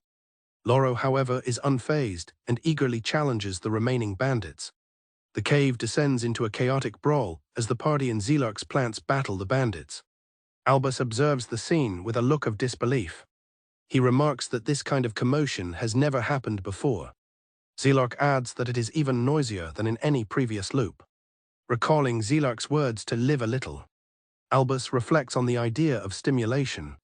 A wide, excited grin spreads across his face as he stands amidst the battle, declaring it a thrill. A memory surfaces of a day the world changed, a day marked by a tremendous surge of magic that seemed to split the sky and make the earth vanish. It's a moment vividly remembered. In the present, Albus, Fiona, and Loro enjoy a hearty feast at a tavern, their table laden with food and drink. Albus watches his companions eat, noting with concern how quickly the food is disappearing and wondering if he can afford it all. The scene shifts to a chaotic memory of a village under attack by demonic creatures. Amid the destruction, a young boy resembling Albus kneels beside a fallen woman. A shadowy hand reaches for the crying boy, grabbing his shoulder. The Demon King Army General, Yahello, questions her subordinates' hesitation. She dismisses the idea that they should be spared simply because they are kids. The shadowy figure explains that he wondered if the boy might one day grow up, fueled by revenge, and come to challenge them. The figure muses that crushing the boy after he grew strong would be more exciting. He dismisses the thought, deciding it is fine. He then asks Yahello why she is still alive, questioning if she was not killed by the hero. Yahello retorts indignantly, reminding him of her status as one of the Demon King's generals. The narrator reflects on how time has rewound, realizing he has seen this burning village before. He reasons that it is likely because they have attacked so many human villages and he had no real sense of time to begin with. He admits that his duties had become uninteresting. Still, as a general, his mission was to eliminate enemy forces and expand their territory. He carried out his duties meticulously. But then he noticed that time kept rewinding again and again. It seemed that only he was aware of the phenomenon. He abandoned his duties and began investigating by himself. His investigation led him to believe the Demon King's castle was the center of the magical disturbances. Finally, he found the source of the time loops. It was Albus, the hero, looking battered and weary. Intrigued, the figure watched him closely. He decided to observe this man. He watched as Albus repeated the same journey countless times, challenging the Demon King, losing and eventually succeeding. But even after succeeding, Albus kept repeating the journey. The observer watched from afar, captivated. He found it all fascinating. His desire to know more about Albus grew. This desire compelled him to get closer, to seek more than just observation. He shed his shadowy form and approached Albus. A subordinate approaches Demon General Yahello. He reports to Yahello that the humans on the upper floors have been dealt with. The subordinate asks what the place is, and Yahello explains it is a library, a treasure trove.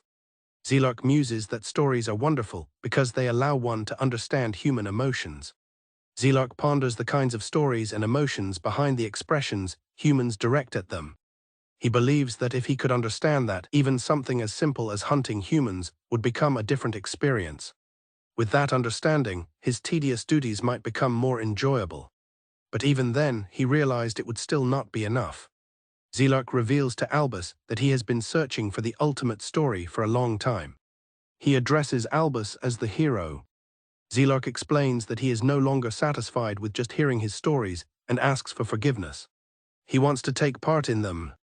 Sometimes he plans to offer help. Other times he will cause unexpected twists. He believes that to make the story more compelling, he needs to stir Albus's emotions. Yahello suggests a twist as magical vines erupt from the ground. He questions what would happen if one of Albus's precious companions were to perish. The vines shoot towards a stunned Fiona. Loro leaps in front of Fiona, blocking the attack with his large sword. Yahello watches the scene unfold with a surprised expression. Albus grabs Yahello. He confirms his suspicion that Yahello is a demon. Yahello seems amused by the discovery. Albus acknowledges that while Yahello was a good merchant, there was always something off about him. He warns Yahello not to get carried away. Albus states that half-baked measures will not work and then unexpectedly asks if Yahello would like to join them for real. Loro and Fiona react with shock while Yahello is taken aback. Albus adds a condition, telling Yahello it is only if he remains useful. After a long and arduous journey, the hero Albus and his party finally succeeded in defeating the Demon King.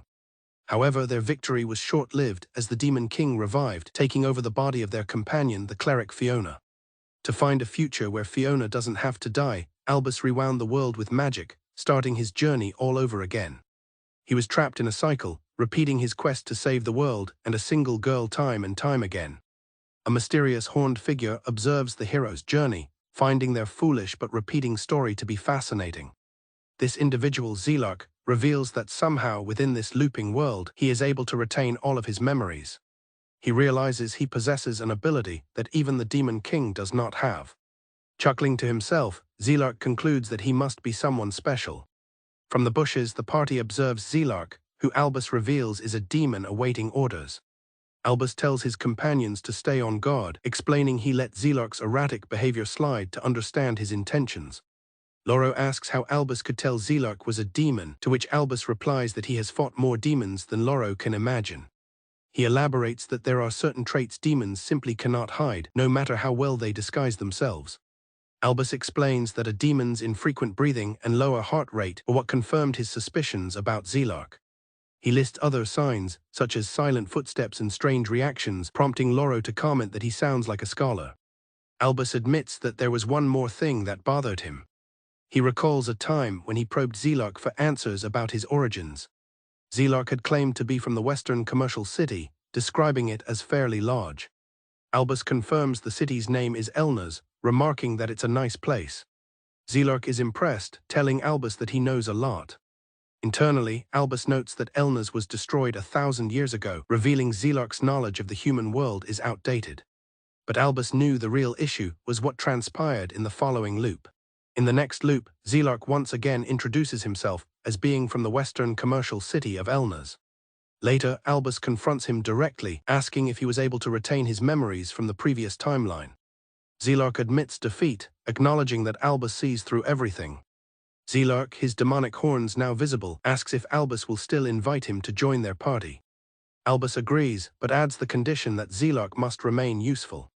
Zelok cheerfully agrees to be in their care, but Loro vehemently protests the decision. Loro yells at Albus for joking around, but Albus calmly states that their journey will be faster with Zelok. He points out that Zelok had just tried to kill Fiona. Zelok apologizes for what he calls a fleeting, foolish impulse. He claims to dislike conflict, leaving Loro and Fiona to wonder about his true intentions. He finishes by saying this is the very reason he wishes to join Albus. A group of bandits confronts Albus and Zelok. The bandit leader smashes her weapon, yelling that this isn't what they agreed upon. She directs her anger at someone she calls Albus Sama. The bandit leader insists that they followed their instructions perfectly. The bandit leader confronts Zelok, reminding him he said they would win easily if they ambushed the hero's party. Zelok smiles, telling her that people like her could never win. He reveals he only needed them to give the heroes a little scare, and that their role is now finished. With his objective complete, he coldly tells her that she can go ahead and die now. Albus leaps into action, cutting down the magical attack aimed at the bandit leader. Zelok watches in shock as his plan is foiled. After knocking her out, Albus tells the defeated bandit leader to go to sleep. Zelok asks Albus if he dislikes killing people, stating that the bandit has committed enough sins to deserve it. Albus answers no, saying he is not bothered by things like that. The remaining bandits decide to flee the scene. Albus explains that while he doesn't preach morals, there's no clear line between good and evil. He concludes that he simply does not plan on living in a world like that. Albus states plainly to Zelok that he will not let things go the way he wants. Zelok simply asks if that is so. Albus continues, saying it seems Zelok has been pulling the strings for his own amusement. He tells Zelok that while he doesn't know his plans, he has something to say. Albus tells Zelok that his script is boring. Zelok's eyes widen in surprise at the statement. His shock quickly turns into a smile of amusement. Albus tells Zelok that if he still wants to join the party, he must follow his instructions. Zelok repeats the word boring as a question. He claims that it doesn't bother him and that he doesn't care what anyone says. He declares that he is just doing what he finds interesting. With a deranged look, he insists that it does not bother him at all. Suddenly, giant monstrous vines burst from the ground around the group. Fiona and Loro look on in shock as Albus prepares for a fight. Zelok watches the scene unfold with a smile, muttering the word, but. Zelok, encircled by the vines, tells Albus that it's strange, but for a moment he felt like killing him. Loro is angered by the remark, while Albus calmly asks if that is so. The party stands before the massive, menacing vines. Fiona nervously identifies them as the same powerful plants that once defeated an ogre instantly. Loro, unimpressed, dismisses them as mere plants. As Loro prepares to incinerate them, Albus quickly stops him, warning that using fire in the enclosed cave would endanger them all. Albus scolds Loro for his reckless plan to use fire, while Loro looks on, confused by the reaction. The monstrous vines crash down around the group. From a safe distance, Zelark watches the chaos unfold, sighing with feigned disappointment. Zelark condescendingly tells Albus he will grant him some leeway to loop. He then invites Albus to play again in the future. In response, an arrow is fired straight at the demon. Albus swiftly draws a bow, having launched the attack. The arrow narrowly misses Zelark. Zelark compliments Albus on his immediate and direct attack. Unfazed, he summons a swirling storm of vines to block Albus's path, challenging him to break through. He then reveals his power, identifying himself as Zelark of the 5th tower of the 13 Heavenfall Towers. Zelark notices glowing butterflies appearing. Albus calmly analyzes their behavior, questioning how the plants recognize their prey and theorizing they react to movement. Putting his idea to the test, he asks Fiona to create a diversion, and she summons a swarm of glowing butterflies. Fiona casts her spirit magic, Papillia, filling the cave with glowing butterflies.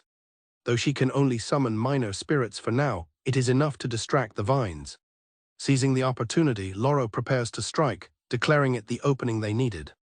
Loro unleashes a powerful feral slash, carving a path through the thicket of vines and shouting for Albus to advance. Albus breaks through the vines and confronts Zelark directly, sword ready. However, Zelark merely laughs. Albus is surprised by his opponent's reaction. Zelark questions if Albus believed getting close was enough for victory, as thorny vines erupt from the ground, ensnaring him. The thorny vines wrap tightly around Albus. The attack pulls him to the ground. Fiona cries out his name in alarm as she and Loro watch. Albus grunts in pain, injured by the thorns. Zelark gloats, thrilled to finally see a look of pain on Albus's face. He explains that Albus's emotions have grown dull from endlessly looping through the same world. Zelark finds a predictable world utterly boring and believes it could never stir Albus's emotions. Zelark claims that this is the same as losing his emotions. He lectures the captive Albus, claiming his heart needs stimulation.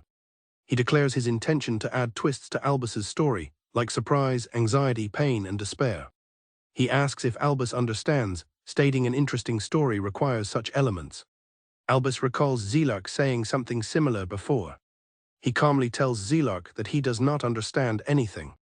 Zelark looks surprised by the response. Albus concedes that repetition drains excitement. He insists, however, that there is more to it. With a surge of will, Albus shatters the thorns binding him and declares he has not lost his emotions. Zelark is stunned. Fiona and Loro look on in disbelief. Albus begins walking towards the demon, explaining that Zelark just has not seen his emotions yet. Albus's expression is intense as he speaks of the emotions seething within him. This display of emotion shocks Zelark. Suddenly, a massive spiked appendage erupts from the ground, forcing Zelark to cry out and recoil. Albus unleashes a powerful gale blast, a whirlwind of energy that tears through the cavern. He declares that even if Zelark is one of the 13 Heavenfall Towers, he is still no match for him. Albus tells the defeated Zelark that he has no need for his manufactured plot twists. He asserts that he finds documentaries more interesting, where arrogance is cut down with a single strike. Loro remarks that he's starting to believe Albus has been looping, with Fiona looking on in confusion. He elaborates that Albus's strength feels less like high levels or skills and more like something accumulated over a great deal of time. Albus calmly assesses his opponent, deducing that Zelark knows exactly how to position himself. Zelark, initially shocked, grits his teeth in frustration. He declares that such an approach will not work, as he is one of the 13 towers and cannot be underestimated while conjuring a weapon of ice. Loro exclaims in disbelief that Albus blocked the attack. In a startling turn of events, Zelark raises his hands and cheerfully announces that he gives up and no longer wants to fight. Albus and his companions are stunned into silence by the sudden surrender. Zelark then offers his services to Albus, promising not to get in his way.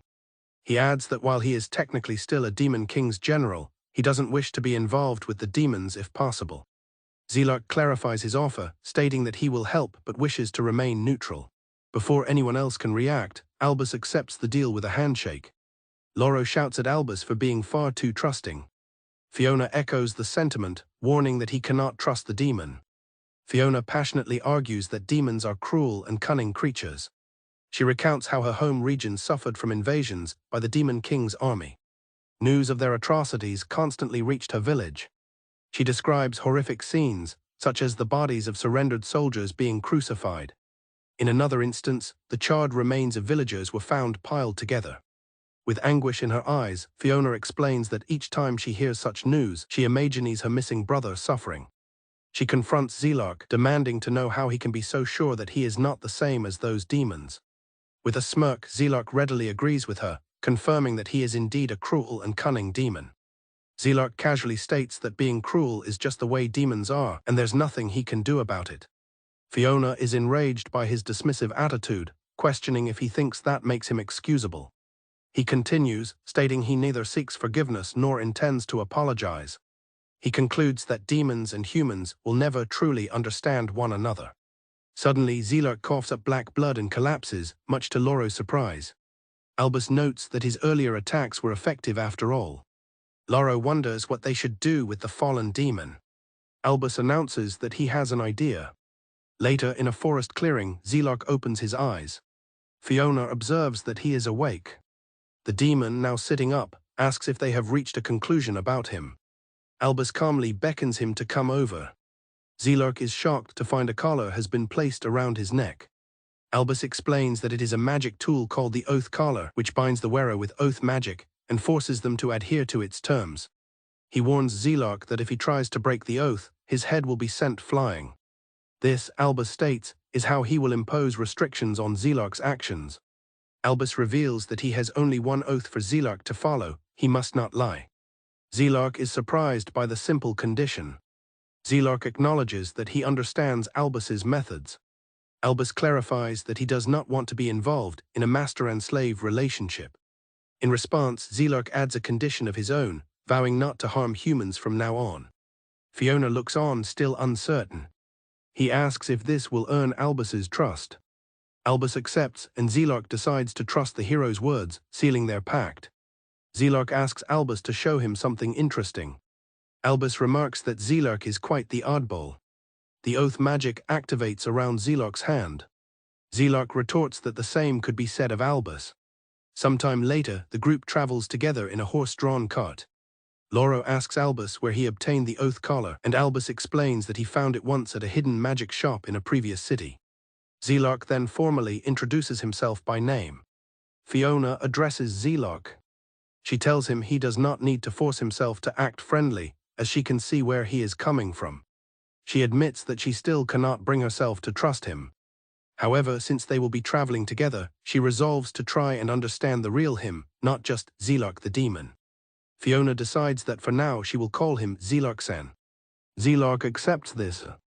He adds that he does not intend to stay around forever anyway. He reiterates his desire to remain a neutral observer on their journey, though Albus has other plans. Albus interrupts Zelark's declaration of neutrality, insisting that he wants him to work hard. He then unfurls a very long to-do list he apparently stayed up all night writing. He begins listing ambitious tasks, such as building a bridge over a lake and taking down the Thunder Dragon of Geo Mountain, much to his companion's shock. As Albus asks if he can handle it, Zelark attempts to ignore him by commenting on the nice weather. A narrator reflects that everyone makes mistakes. No matter how careful someone is, they cannot be blamed for it. Accidents can still happen. A worried Fiona looks around and asks for Albus's whereabouts. Fiona explains to the group that Albus went ahead to check their route. The group has stopped before a dense forest, which is identified as a dangerous region known as Oro's Playground. Zelark warns that the curses of a long-dead witch still linger there. Loro adds that straying from the road is perilous. A small, fluffy dog emerges from the woods, trotting towards the group. Loro is certain it's just a dog, despite a companion questioning if it might be a monster. The dog responds with a happy bark. He kindly greets the creature, asking what it's doing out here. The dog suddenly bites Loro's hand, causing him to yell out in pain. Fiona warns that it's a stray and they should be careful. Zelark watches thoughtfully, noticing that the dog seems to be trying to tell them something. Zelark decides to follow the dog to see what it wants, and Fiona cautions him not to go off on his own. The entire group follows. They stop in shock. The dog leads them to a clearing where they find a pile of Albus's clothing lying on the ground. The group is on high alert as they find Albus's clothes. Zelark identifies a magic circle as one of Oro's infamous cursed traps. He explains that the forest is likely full of such traps that activate upon being stepped on. Loro asks what could have happened to Albus. Zelark mentions that Oro developed various curses, including ones that could transform someone. It is revealed that the dog is Albus, who internally confirms that he needs their help. He laments his own carelessness, admitting that despite walking the path many times, he still accidentally stepped on a trap. Before he knew it, he was transformed, and now needs Fiona and the others to help lift the curse. Albus tries to get his friends' attention, but they refuse to believe it's him. Fiona insists there is no way Albus could look so adorable, and Loro agrees, stating Albus has a much nastier face. Albus notices with annoyance that Zelark seems to be enjoying the situation. Frustrated, Albus unleashes an intimidating pressure, finally convincing the group it is really him. Fiona asks how they can turn him back, and Loro explains that they would normally just need to redraw the magic circle and reverse the spell. Zelark steps in, confidently offering to handle it, claiming he has experience with such things. Loro confronts Zelark, suspiciously asking if he set the trap. Zelark reminds him of his oath not to lie anymore. Loro remains skeptical, arguing that Zelark could still have lured Albus there. From his dog form, Albus impatiently tells them to hurry up. Suddenly, a giant rock bird swoops down from the sky and grabs Albus in its talons, flying away and leaving his companions shocked. As he is carried away, Albus worries this might be the end for him. He reflects that bringing a demon along might have been a mistake, wishing his party would get along better. He wonders if his change the world ability will even work in a dog's body. On the ground, Zelark summons a giant, vine-like creature from the earth. Loro leaps onto the creature summoned by Zelark, riding it into the sky. He lets out a determined shout as he closes in on the creature carrying Albus. With a powerful downward strike called Dead Fall, Loro slices the rock bird in half, and Albus plummets towards the ground below. His companions watch as he returns to his human form. Albus sighs with relief, commenting that it was a close call. The group sees that Albus is back. Albus complains to Loro that he wished for a gentler rescue, but Zelark retorts that it was Albus's own fault. Albus smiles, acknowledging their good teamwork. Loro claims his body moved on its own, while Zelark cheerfully admits he wanted to enjoy the spectacle a bit longer. Zelark muses that maybe it wouldn't be so bad if Albus's story ended here, prompting a warning from Albus. Fiona teases Albus, admitting she wouldn't have minded if he stayed in his cute dog form a bit longer. From a distance, Gina Graces observes the group, wondering what those idiots are doing in her teacher's yard. While Fiona and Loro are asleep by the dying campfire, Albus questions Zelark about his ability to retain his memories. Zelark enthusiastically explains that it is because he is the one chosen by God. Albus dryly observes that, in conclusion, Zelark doesn't understand the reason either. Albus mentions to Zelark that Loro also appears to have some of his memories from past loops. He reflects that while this world seems the same, he can feel things changing. Albus wonders if his old party members, including Gina and Toko, might also have their memories. Zelark asks what he would do if they did. Albus resolves to figure it out once he meets them. The next day, Albus, Fiona and Loro are stunned into silence by an unexpected sight. Albus expresses his surprise at encountering the creature in such a place. He identifies the creature as a golden star, a rare mouse with golden fur that is highly valuable due to its elusive nature. Loro exclaims that its fur is worth 100,000 coins, a sum that would greatly aid their travels. The party decides to rely on Zelark to capture the valuable mouse. A small plant pops up from the ground in front of the golden star. However, the plant whips forward and misses the nimble creature entirely. Zelark admits with frustration that he cannot catch something so fast with his plants. A new voice from above asks if they would mind if she were to catch it. Albus remembers her from a past encounter. The newcomer is Gina Graces, a once-in-a-century prodigy from the Royal Magic Academy. Her name is Gina Graces. At the young age of 11, she passed the rigorous entrance exam for the academy. She continued to hone her skills and graduated as the top student in her class. She was once an ally to Albus, having participated in the subjugation of the Demon King. Her specialty is a powerful form of magic known as crystal magic. Gina unleashes her signature spell, Crystalia, conjuring a massive crystal formation from the ground that instantly encases the Golden Star mouse, trapping it. The group struggles, finding themselves trapped by the sudden crystal growth. The Golden Star is now completely encased in a large crystal. Gina lands gracefully amidst the crystal field she created. She approaches the trapped mouse, pleased that she ran into the rare creature.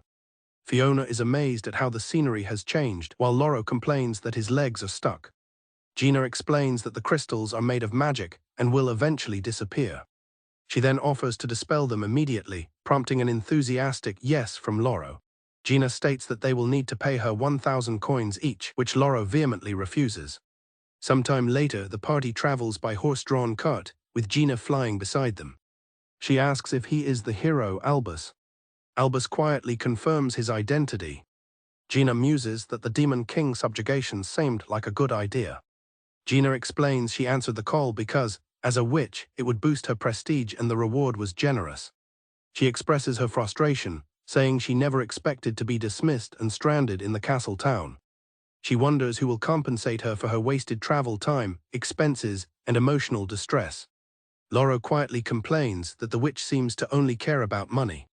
Gina turns to him, intending to set the record straight. Gina declares that magic costs money. She elaborates that it is the research and pursuit of magic that is so costly. She explains that specialized tools, rare materials, and even searching for old documents are all expensive. As Gina laments the additional costs of maintaining a workshop and travel, Fiona sighs about how harsh the world is. Fiona looks at Albus, having thought of something.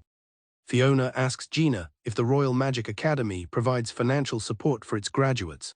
Gina asks if Fiona knows who she is, and Albus confirms that she is a famous prodigy from the academy. Fiona excitedly adds that after graduation, Gina traveled the world helping people and that she really looks up to her. Gina downplays the admiration, stating that she was just doing errands for the reward. Gina states that she is no longer eligible for the academy's support. She reveals that she was expelled 3 years ago. Fiona asks why, and Gina explains that the academy only recognizes magic it endorses and won't tolerate any heretical magic. She looks off with resolve, saying that there is a specific magic she is determined to explore. Albus calls out to Gina. He formally invites her to join their Demon King subjugation party. Loro and Fiona react with surprise to Albus's invitation. Albus thinks to himself that she might still retain her memories. With a smile, Gina politely refuses Albus's invitation. She says she has lost interest and will leave the task of world peace to them. Zelark mutters that someone got rejected, prompting Albus to tell him to shut up. Gina declares that this is where they will part ways. Fiona tells Gina that it was an honor to meet her. She adds with a bright smile that she is sure they will meet again. Gina quietly agrees. As they begin to part ways, Gina seems momentarily confused. Albus calls out to Gina, stopping her. Albus asks if her workshop is located nearby, but she questions his personal inquiry.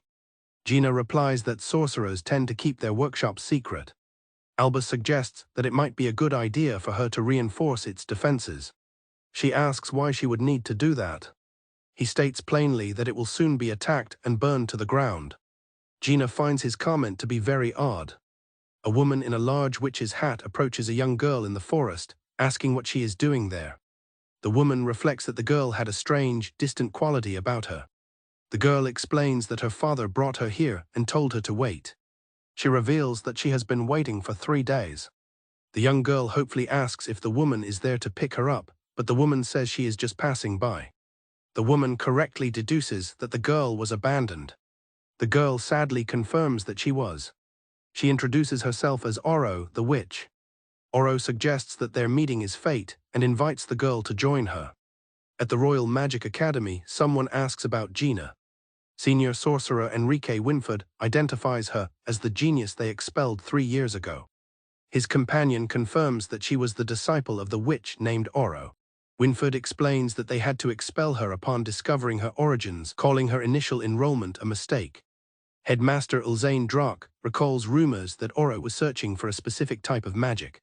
He specifies that it was dimensional magic, which could manipulate time and space. Winford expresses his shock, identifying it as an ancient and forbidden art. Drak adds that they received news of Oro's death before they could confirm the rumors. Winford concludes that Gina must be continuing her master's forbidden research. Drak calmly asks if he wants to verify his suspicion. Winford states that such forbidden research cannot be tolerated. Drak asks what the plan is if they find proof. He grimly states that they will have to take it from her. Drak tells Winford that all groundbreaking research belongs to the Academy, while Winford compliments the headmaster's baking. While traveling, a worried Fiona asks Albus if their current course of action is acceptable. She expresses her concern for Gina, stating that if she is going to be attacked, they have to protect her. Albus agrees, saying they need to move fast. Albus reveals the attack is scheduled for the new moon in 2 months. A companion notes how well-informed he seems. Albus explains that this information is from a past loop where Gina received a message during their travels. The message reported that her workshop had been destroyed by attackers sent from the Magic Academy. Recalling the past loop, Gina lamented that her workshop and research were burned to the ground. Albus had asked her if she intended to go back. Overcome with emotion, Gina hid her face in her hands. She then looked up with resolve, insisting she would finish their mission regardless. Albus states his belief that Gina is strong and can handle herself. He adds that it is not as if they cannot do anything to help either. He tells his confused companions to keep moving. Meanwhile, Gina flies away on her broom, calling them a bunch of oddballs. Gina realizes that they are coming for her. In a flashback, Oro brings a young Gina to a tower and tells her it is now her home. Upon entering, they find the place is incredibly messy. Oro immediately orders young Gina to clean the tower and perform various other chores.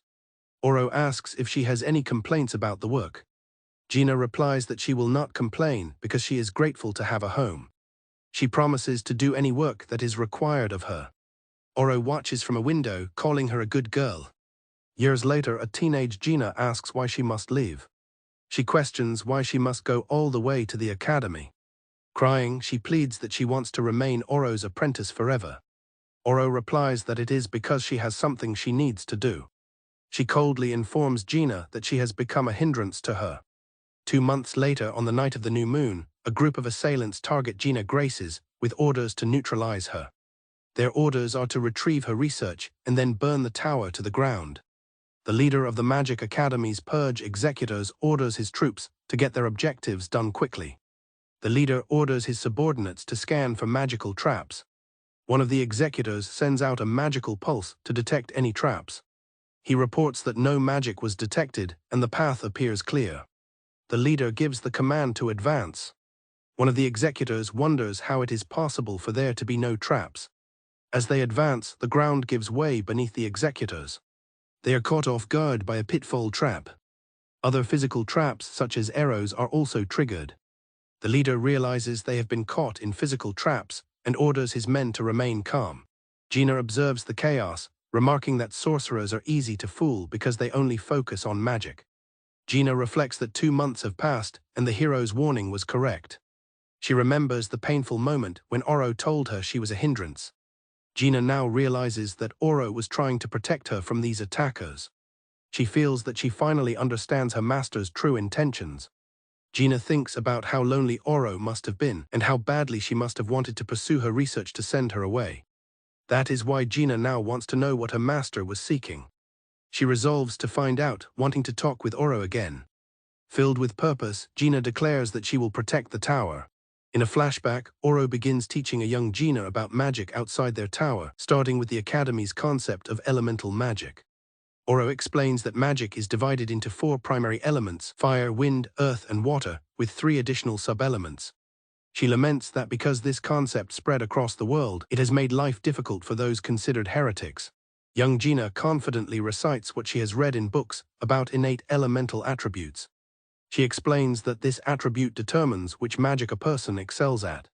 Furthermore, using magic outside of one's attribute results in its power being halved. Having deduced her attribute is earth, she concludes she should focus on earth magic. Oro finds this straightforward thinking boring, much to Gina's confusion. Oro prepares to challenge her perspective. The scene shifts to the present, where an older Gina stands defiant against a group of masked assailants. One of the men addresses her by name, questioning her nerve. He asks if she truly believes she can take on so many people by herself. They introduce themselves as the Purge Executors. They are the elite force of the Magic Academy. Gina retaliates by casting a powerful crystal magic spell, Crystalia. One of the Purge Executors notes how hard the crystal is, but tells his comrades not to panic. He explains that crystal magic is an earth attribute. They recall the elemental weaknesses. He reminds them that earth is weak against wind. Following their leader's strategy, the Purge Executors conjure a swirling vortex of wind magic, launching a tempest directly at Gina. The Executors are stunned when their wind attack has no effect. Gina reveals her spell, Ruby, a massive red crystal. They are confused that her crystal magic has a fire attribute. Undeterred, the Executors decide to set her workshop on fire. Gina counters again, shifting her spell to Aquamarine. A torrent of water erupts from the crystal. The water douses the Executors' fire. They are left in utter disbelief, questioning how she can wield a water attribute. They exclaim that it should be impossible, as her innate attribute is earth. The Executors reel from the impossibility of her using multiple attributes with such power. Gina smirks, telling them that common sense doesn't apply to her. She explains that by infusing different attributes into her crystal magic, she can wield any element with high precision. She proudly calls this her gemstone magic.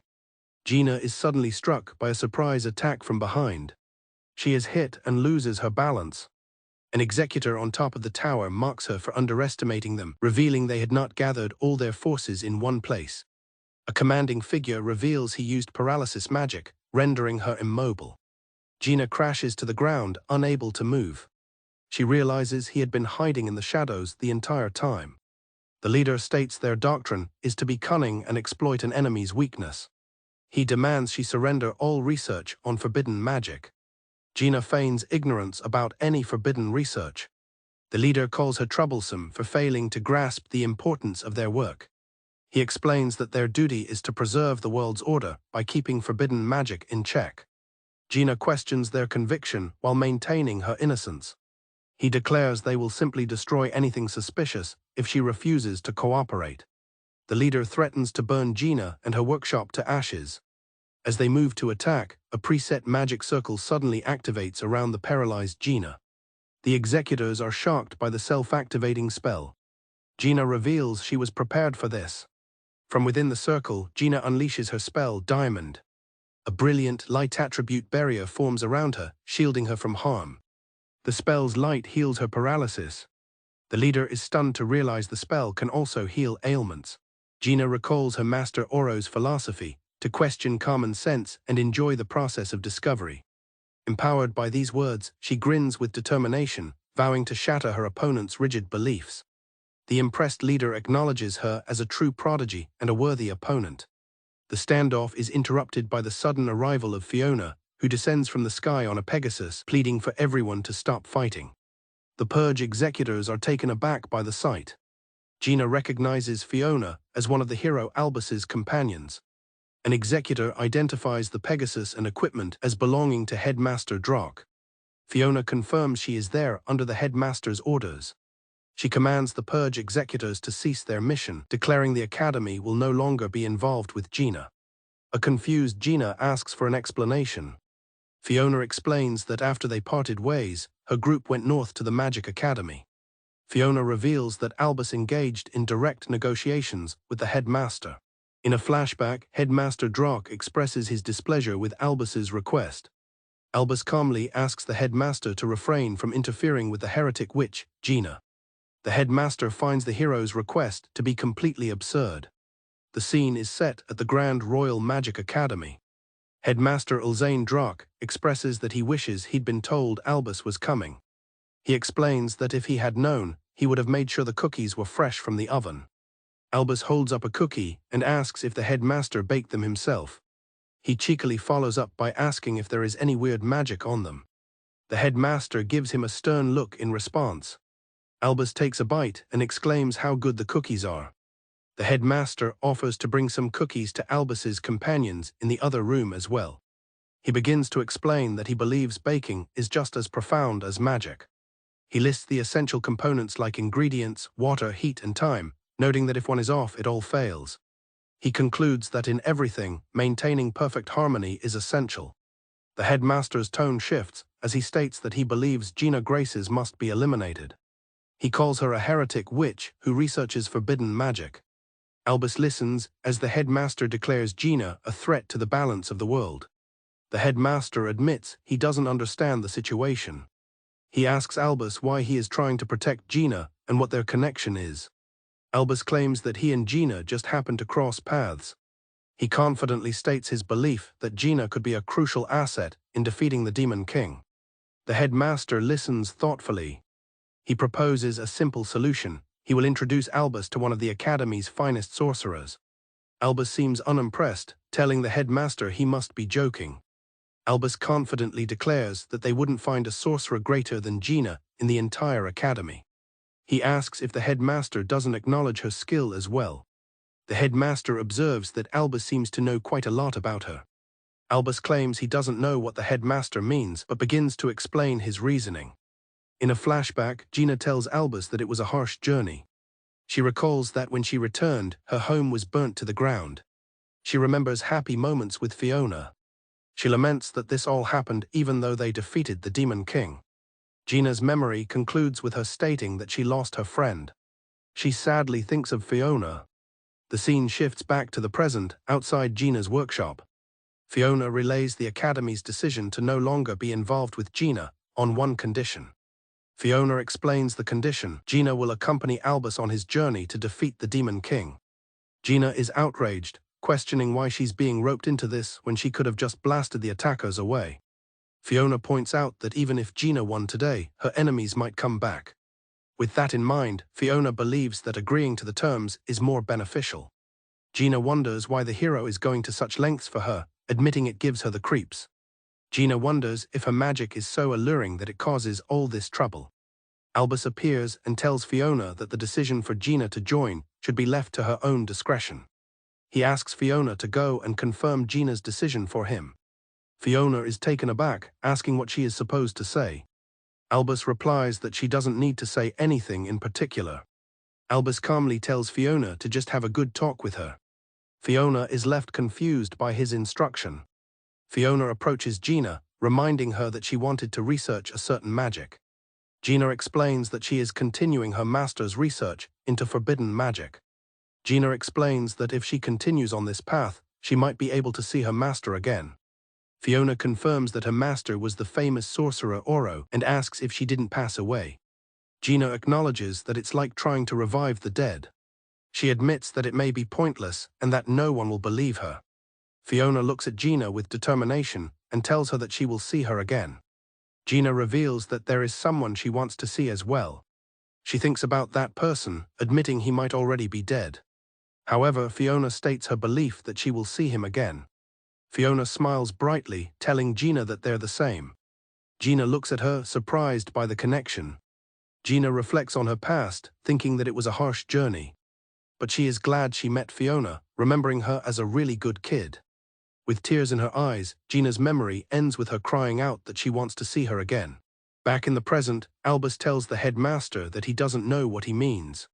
Albus explains that he trusts Gina because he believes she is moving toward the same goal as he is. The headmaster's aide can't believe he would give in to such vague reasoning. The headmaster explains it's not like him, but he figured it wouldn't hurt for Albus to owe him a favor. He admits that he likes hero Albus, finding him to be a resolute man, not just a hero by title. He declares that if they defeat the Demon King, he'll revoke Gina's expulsion, allowing the Academy to take some credit. Later, Fiona arrives at Gina's tower and calls out to see if she is ready. She enters the empty room, confused by Gina's absence. She discovers a hidden spiral staircase. Gina's voiceover reveals her decision, telling her master Oro that she realized she wanted to go with them. A vision of Oro appears, explaining dimensional magic and telling Gina she is bound by the spell. Oro wonders what will make Gina, who is frozen in time, move once more. Oro hopes that someday Gina will figure it out so they can talk again. The story begins with the first loop of hero Albus's journey to defeat the Demon King. At the royal capital, a grand departure ceremony is held, with crowds cheering for Albus and his companions as they set off. Suddenly, a voice calls out to Albus. A mysterious hooded figure appears, telling Albus that 10 years have passed. Albus recognizes him as God's messenger. The bustling ceremony vanishes, leaving Albus alone with the messenger, who explains he simply wanted to speak with him privately. The messenger states that in his current state, Albus is no match for the Demon King. Albus is shocked by this revelation. He explains this is due to the Demon King's overwhelming power. To succeed, Albus must repeat his journey countless times to gain the necessary strength. To facilitate this endless cycle, the messenger bestows upon Albus the ultimate dimensional magic, a spell to change the world. He explains that every time Albus dies, he will return to the start of his journey, allowing him to accumulate experience. The messenger warns that this arduous path could take over a century and asks if Albus is truly prepared. Albus accepts the burden without hesitation. He is driven by his desire to create a world where everyone can smile, fulfilling a wish made by someone named Merida. Hearing this selfless resolve, the messenger expresses his approval, confirming this is why Albus was chosen. With a flash of light, Albus finds himself back at the departure ceremony, the conversation with the messenger feeling like a distant memory. His companions, including Gina, notice his dazed expression and ask if he is all right. He reassures them that it is nothing. The narrative jumps to the present day, during Albus's 37th loop, 6 months into the journey. A companion asks if they should wait for Fiona, but Albus explains they have arranged to meet in the next town. He is confident Fiona will catch up easily, as her Pegasus is far faster than their horse. As his companions admire the mythical beasts, Zelark suggests they get one. Albus explains why they cannot simply get one for themselves. His focus remains on the current plan, hoping that Fiona succeeds in convincing Gina to join their party this time. Zelark observes that Albus went through a lot of trouble for this. Zelark questions if recruiting Gina was worth the trouble. Albus confesses his uncertainty. However, he expresses a renewed desire to trust his companions. Zelark concedes the point, acknowledging that the nature of their looping journey allows for experimentation. As Albus reflects, a familiar voice warns him that he cannot afford to be complacent. Albus turns, unsurprised by the sudden appearance of the mysterious visitor, commenting on his habit of showing up unannounced. The hooded messenger greets Albus. Albus muses on how many years have truly passed, guessing it might be over a century. He asks if the messenger is here to check on his progress, but the messenger clarifies he has come with both advice and a warning. The messenger bluntly advises Albus that it is time to stop. Albus is confused by this. He reminds Albus that his mission was to defeat the Demon King, a task he has already accomplished. He then accuses Albus of continuing the loops for an unnecessary reason, to save a single girl. The messenger delivers a stark command: Albus must abandon all attempts to save Fiona Umil, revealing that she is the vessel of the Demon King. This is followed by a flashback to the 5th loop, the first time Albus successfully defeated the Demon King. In the memory of the 5th loop, after the initial victory, Fiona confronts Albus in a ruined city. To his horror, he realizes she is the true Demon King. She declares it is time for round 2. She then launches a devastating attack. The story moves to the 6th loop, where they encounter Fiona on the journey. Loro notices Albus's troubled expression. Albus watches Fiona from a distance. He is certain that this is the same girl who was the vessel for the Demon King in his previous life. Albus wonders if she is connected to the Demon King's army. Determined to investigate, Albus approaches Fiona. She explains that she is merely a traveler. She stopped to pray for the victims of a recent monster attack. Her genuine compassion leaves Albus momentarily stunned, conflicting with his knowledge of her. As Albus resolves to learn more about Fiona, he asks for her name. The messenger's voice intrudes with a warning for Albus. He tells Albus that if he continues to loop any further, he risks being cast out of the world's timeline. He would disappear entirely. A woman named Merida finds a young Albus sitting under a tree and asks if he made another boy, Van, cry again. Albus explains that he sent Van away because the boy kept pestering him to teach him magic. Merida asks if he could make an exception, knowing he dislikes distractions. She tells him that Van dreams of traveling with him as a companion one day. Albus coldly dismisses the idea, stating that he can tell Van has no talent for magic. Albus elaborates that he would feel sorry for Van if he worked hard only to fail in the end. Merida counters this, saying that the future is something no one can predict. She encourages him, explaining that if there is even a small bit of hope, it is worth pursuing with all one's might. Merida reminds Albus that ultimately everyone wants a happy future, regardless of the outcome. Long ago, an evil was born that would come to be known as the Demon King. As the world fell under his rule, a lone hero appeared and defeated him. Although it seemed peace had been restored to the world, there was a complication. The Demon King's soul refused to give up, clinging to existence. The messenger explains that the Demon King continued to possess new vessels, resurrecting himself throughout different eras. To oppose this threat, he chose heroes from humanity in each era and bestowed upon them the spell Change the World. These heroes of the past, just like Albus, looped many times to defeat the Demon King and preserve the peace of the world. The messenger warns Albus that everything has its limits. He points out that people around Albus have started to retain their memories from previous loops.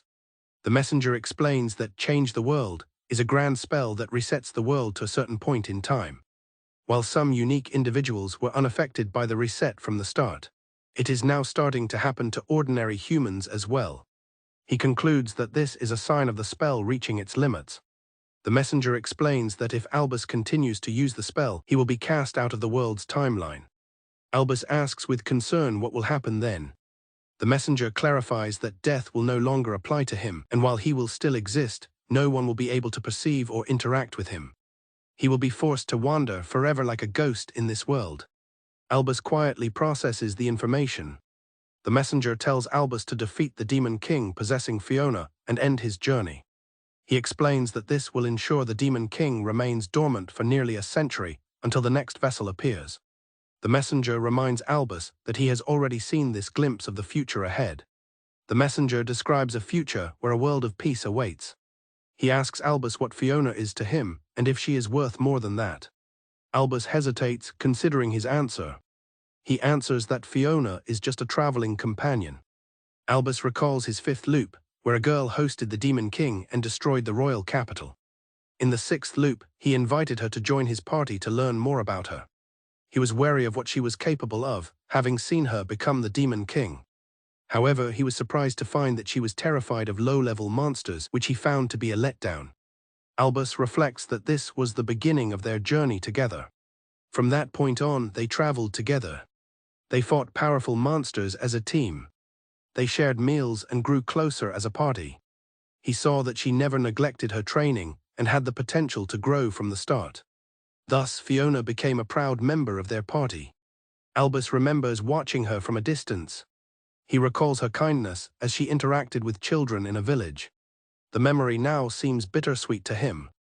The memory shifts to a darker time, showing Fiona transformed by the Demon King's power. Albus remembers his own pained expression from that time. He recalls telling her that she was the Demon King's vessel. In his memory, Fiona laughs it off, thinking he must be joking. In that past conversation, Albus calmly asked Fiona to listen. Fiona listened with a serious expression. He explained that they had fought maybe 5 times or more.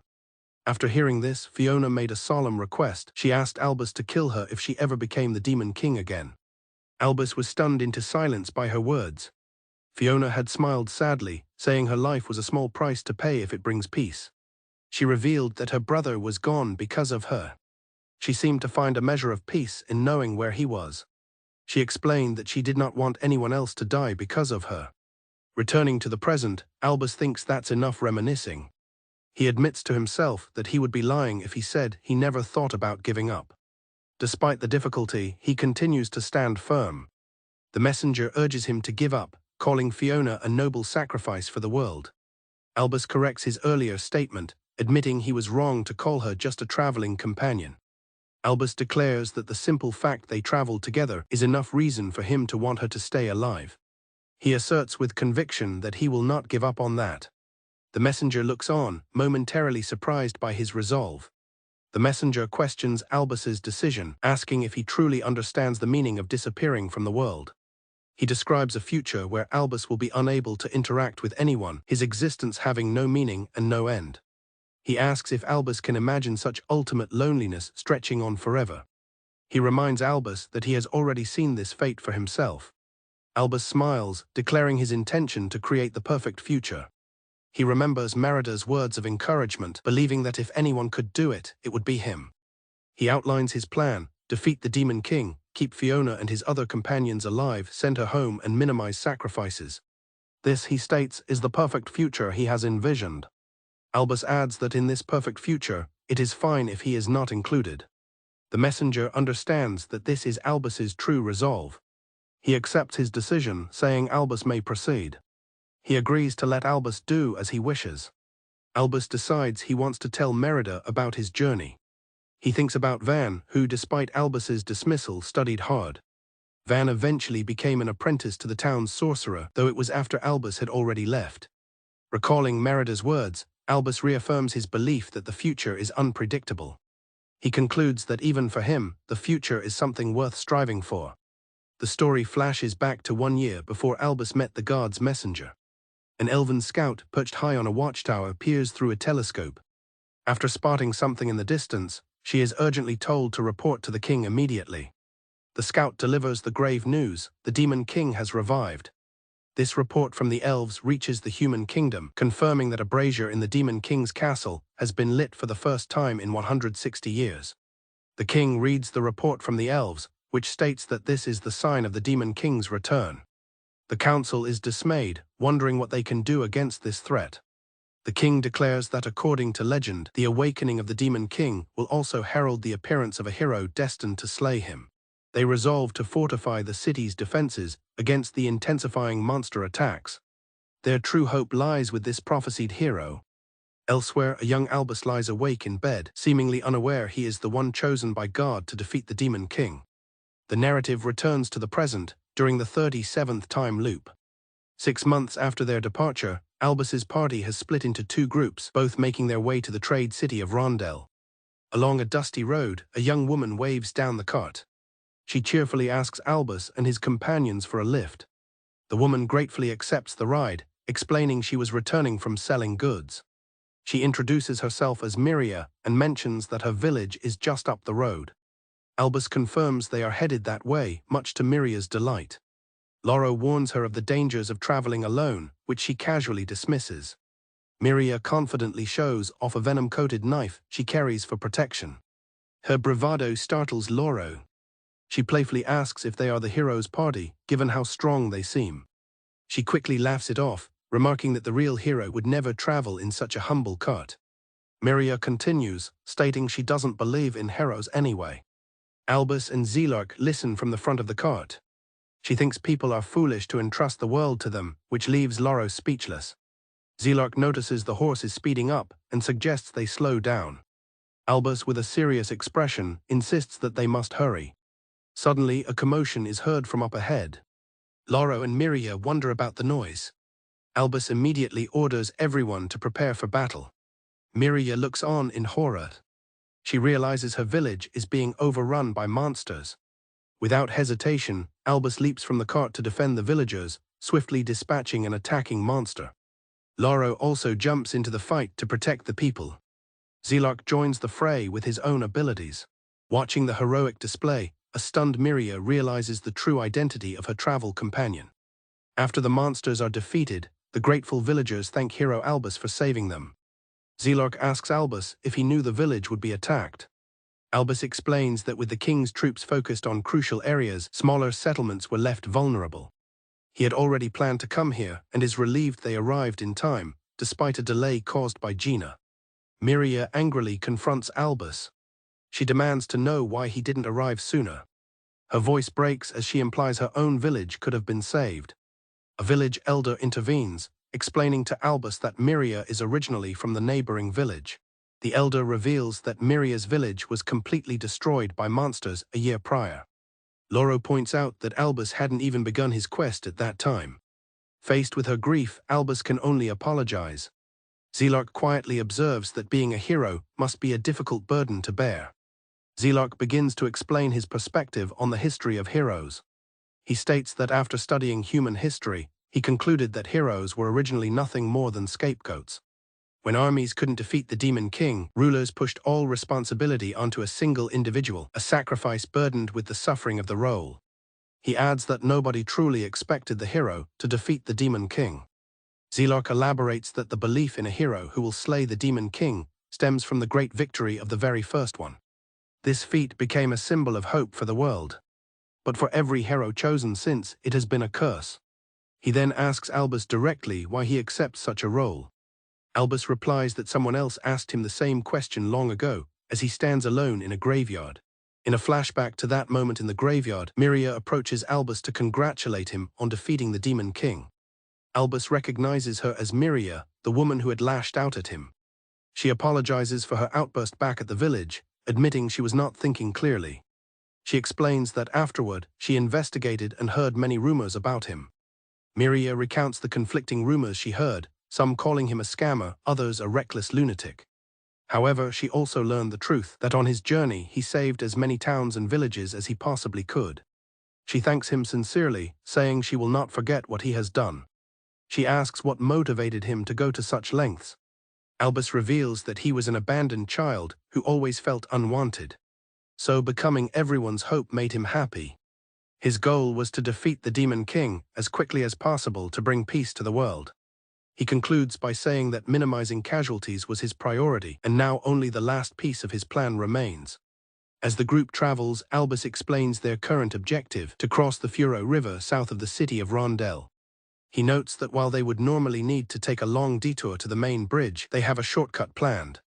Albus suggests that Zelark can create a bridge with his plant magic. Loro, however, suddenly raises his hand and declares an objection to the plan. Loro nervously admits that he cannot swim. He expresses his worry that the plant bridge will break, while Albus tells him not to be discouraged. Zelark reassures Loro that the bridge will be fine if he combines multiple tree trunks, telling him that he will just have to trust him.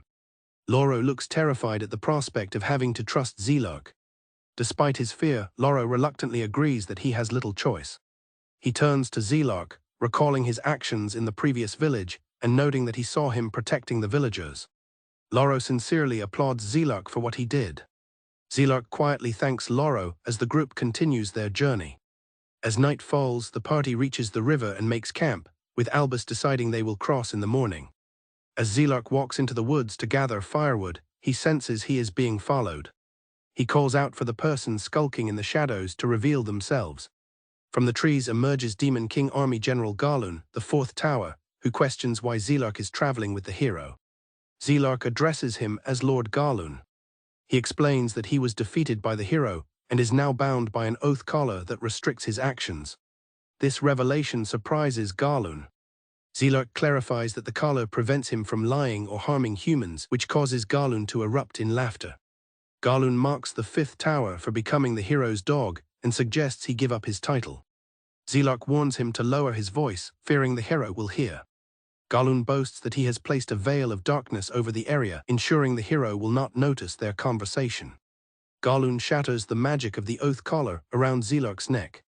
He declares that breaking such a simple binding spell is child's play for him. Galun informs Zelark that he has erased the binding spell and he is now free. He urges Zelark to seize the opportunity and kill the hero. Galun presses Zelark, questioning his hesitation and reminding him of their duty. After a brief pause, Zelark agrees with him. With a wide smile, he says that he is also tired of playing friends. The scene shifts to the next morning. Zelark summons massive tree trunks from the ground. He forms an enormous bridge that stretches across the entire river. Loro shouts that the bridge is amazing and truly reaches the other side. As they prepare to cross, Albus notices Zelark standing apart from them and asks if something is wrong.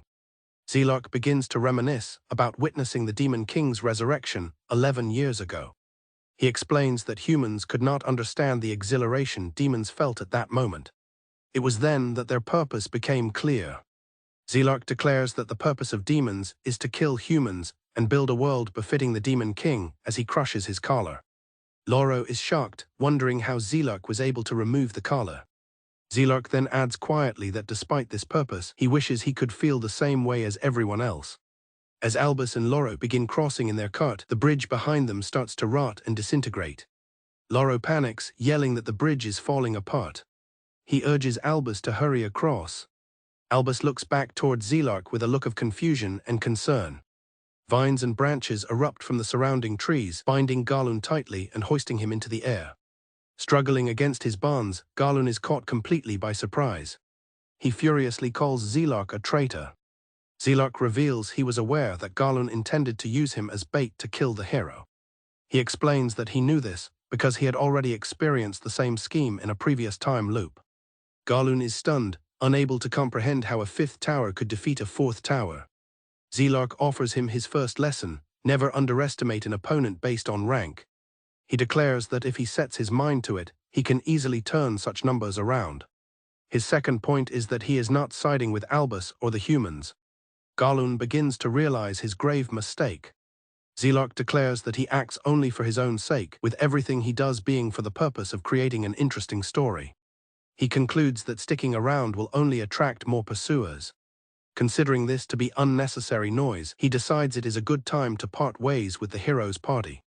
Having safely crossed the river, Loro angrily yells that in the end, a demon will always be a demon. Albus simply agrees, but adds that Zelok was an interesting demon. Far away, Zelok walks alone, deciding that even though the collar is gone, he will pretend it still works for Albus's sake, reflecting that their adventure was fun.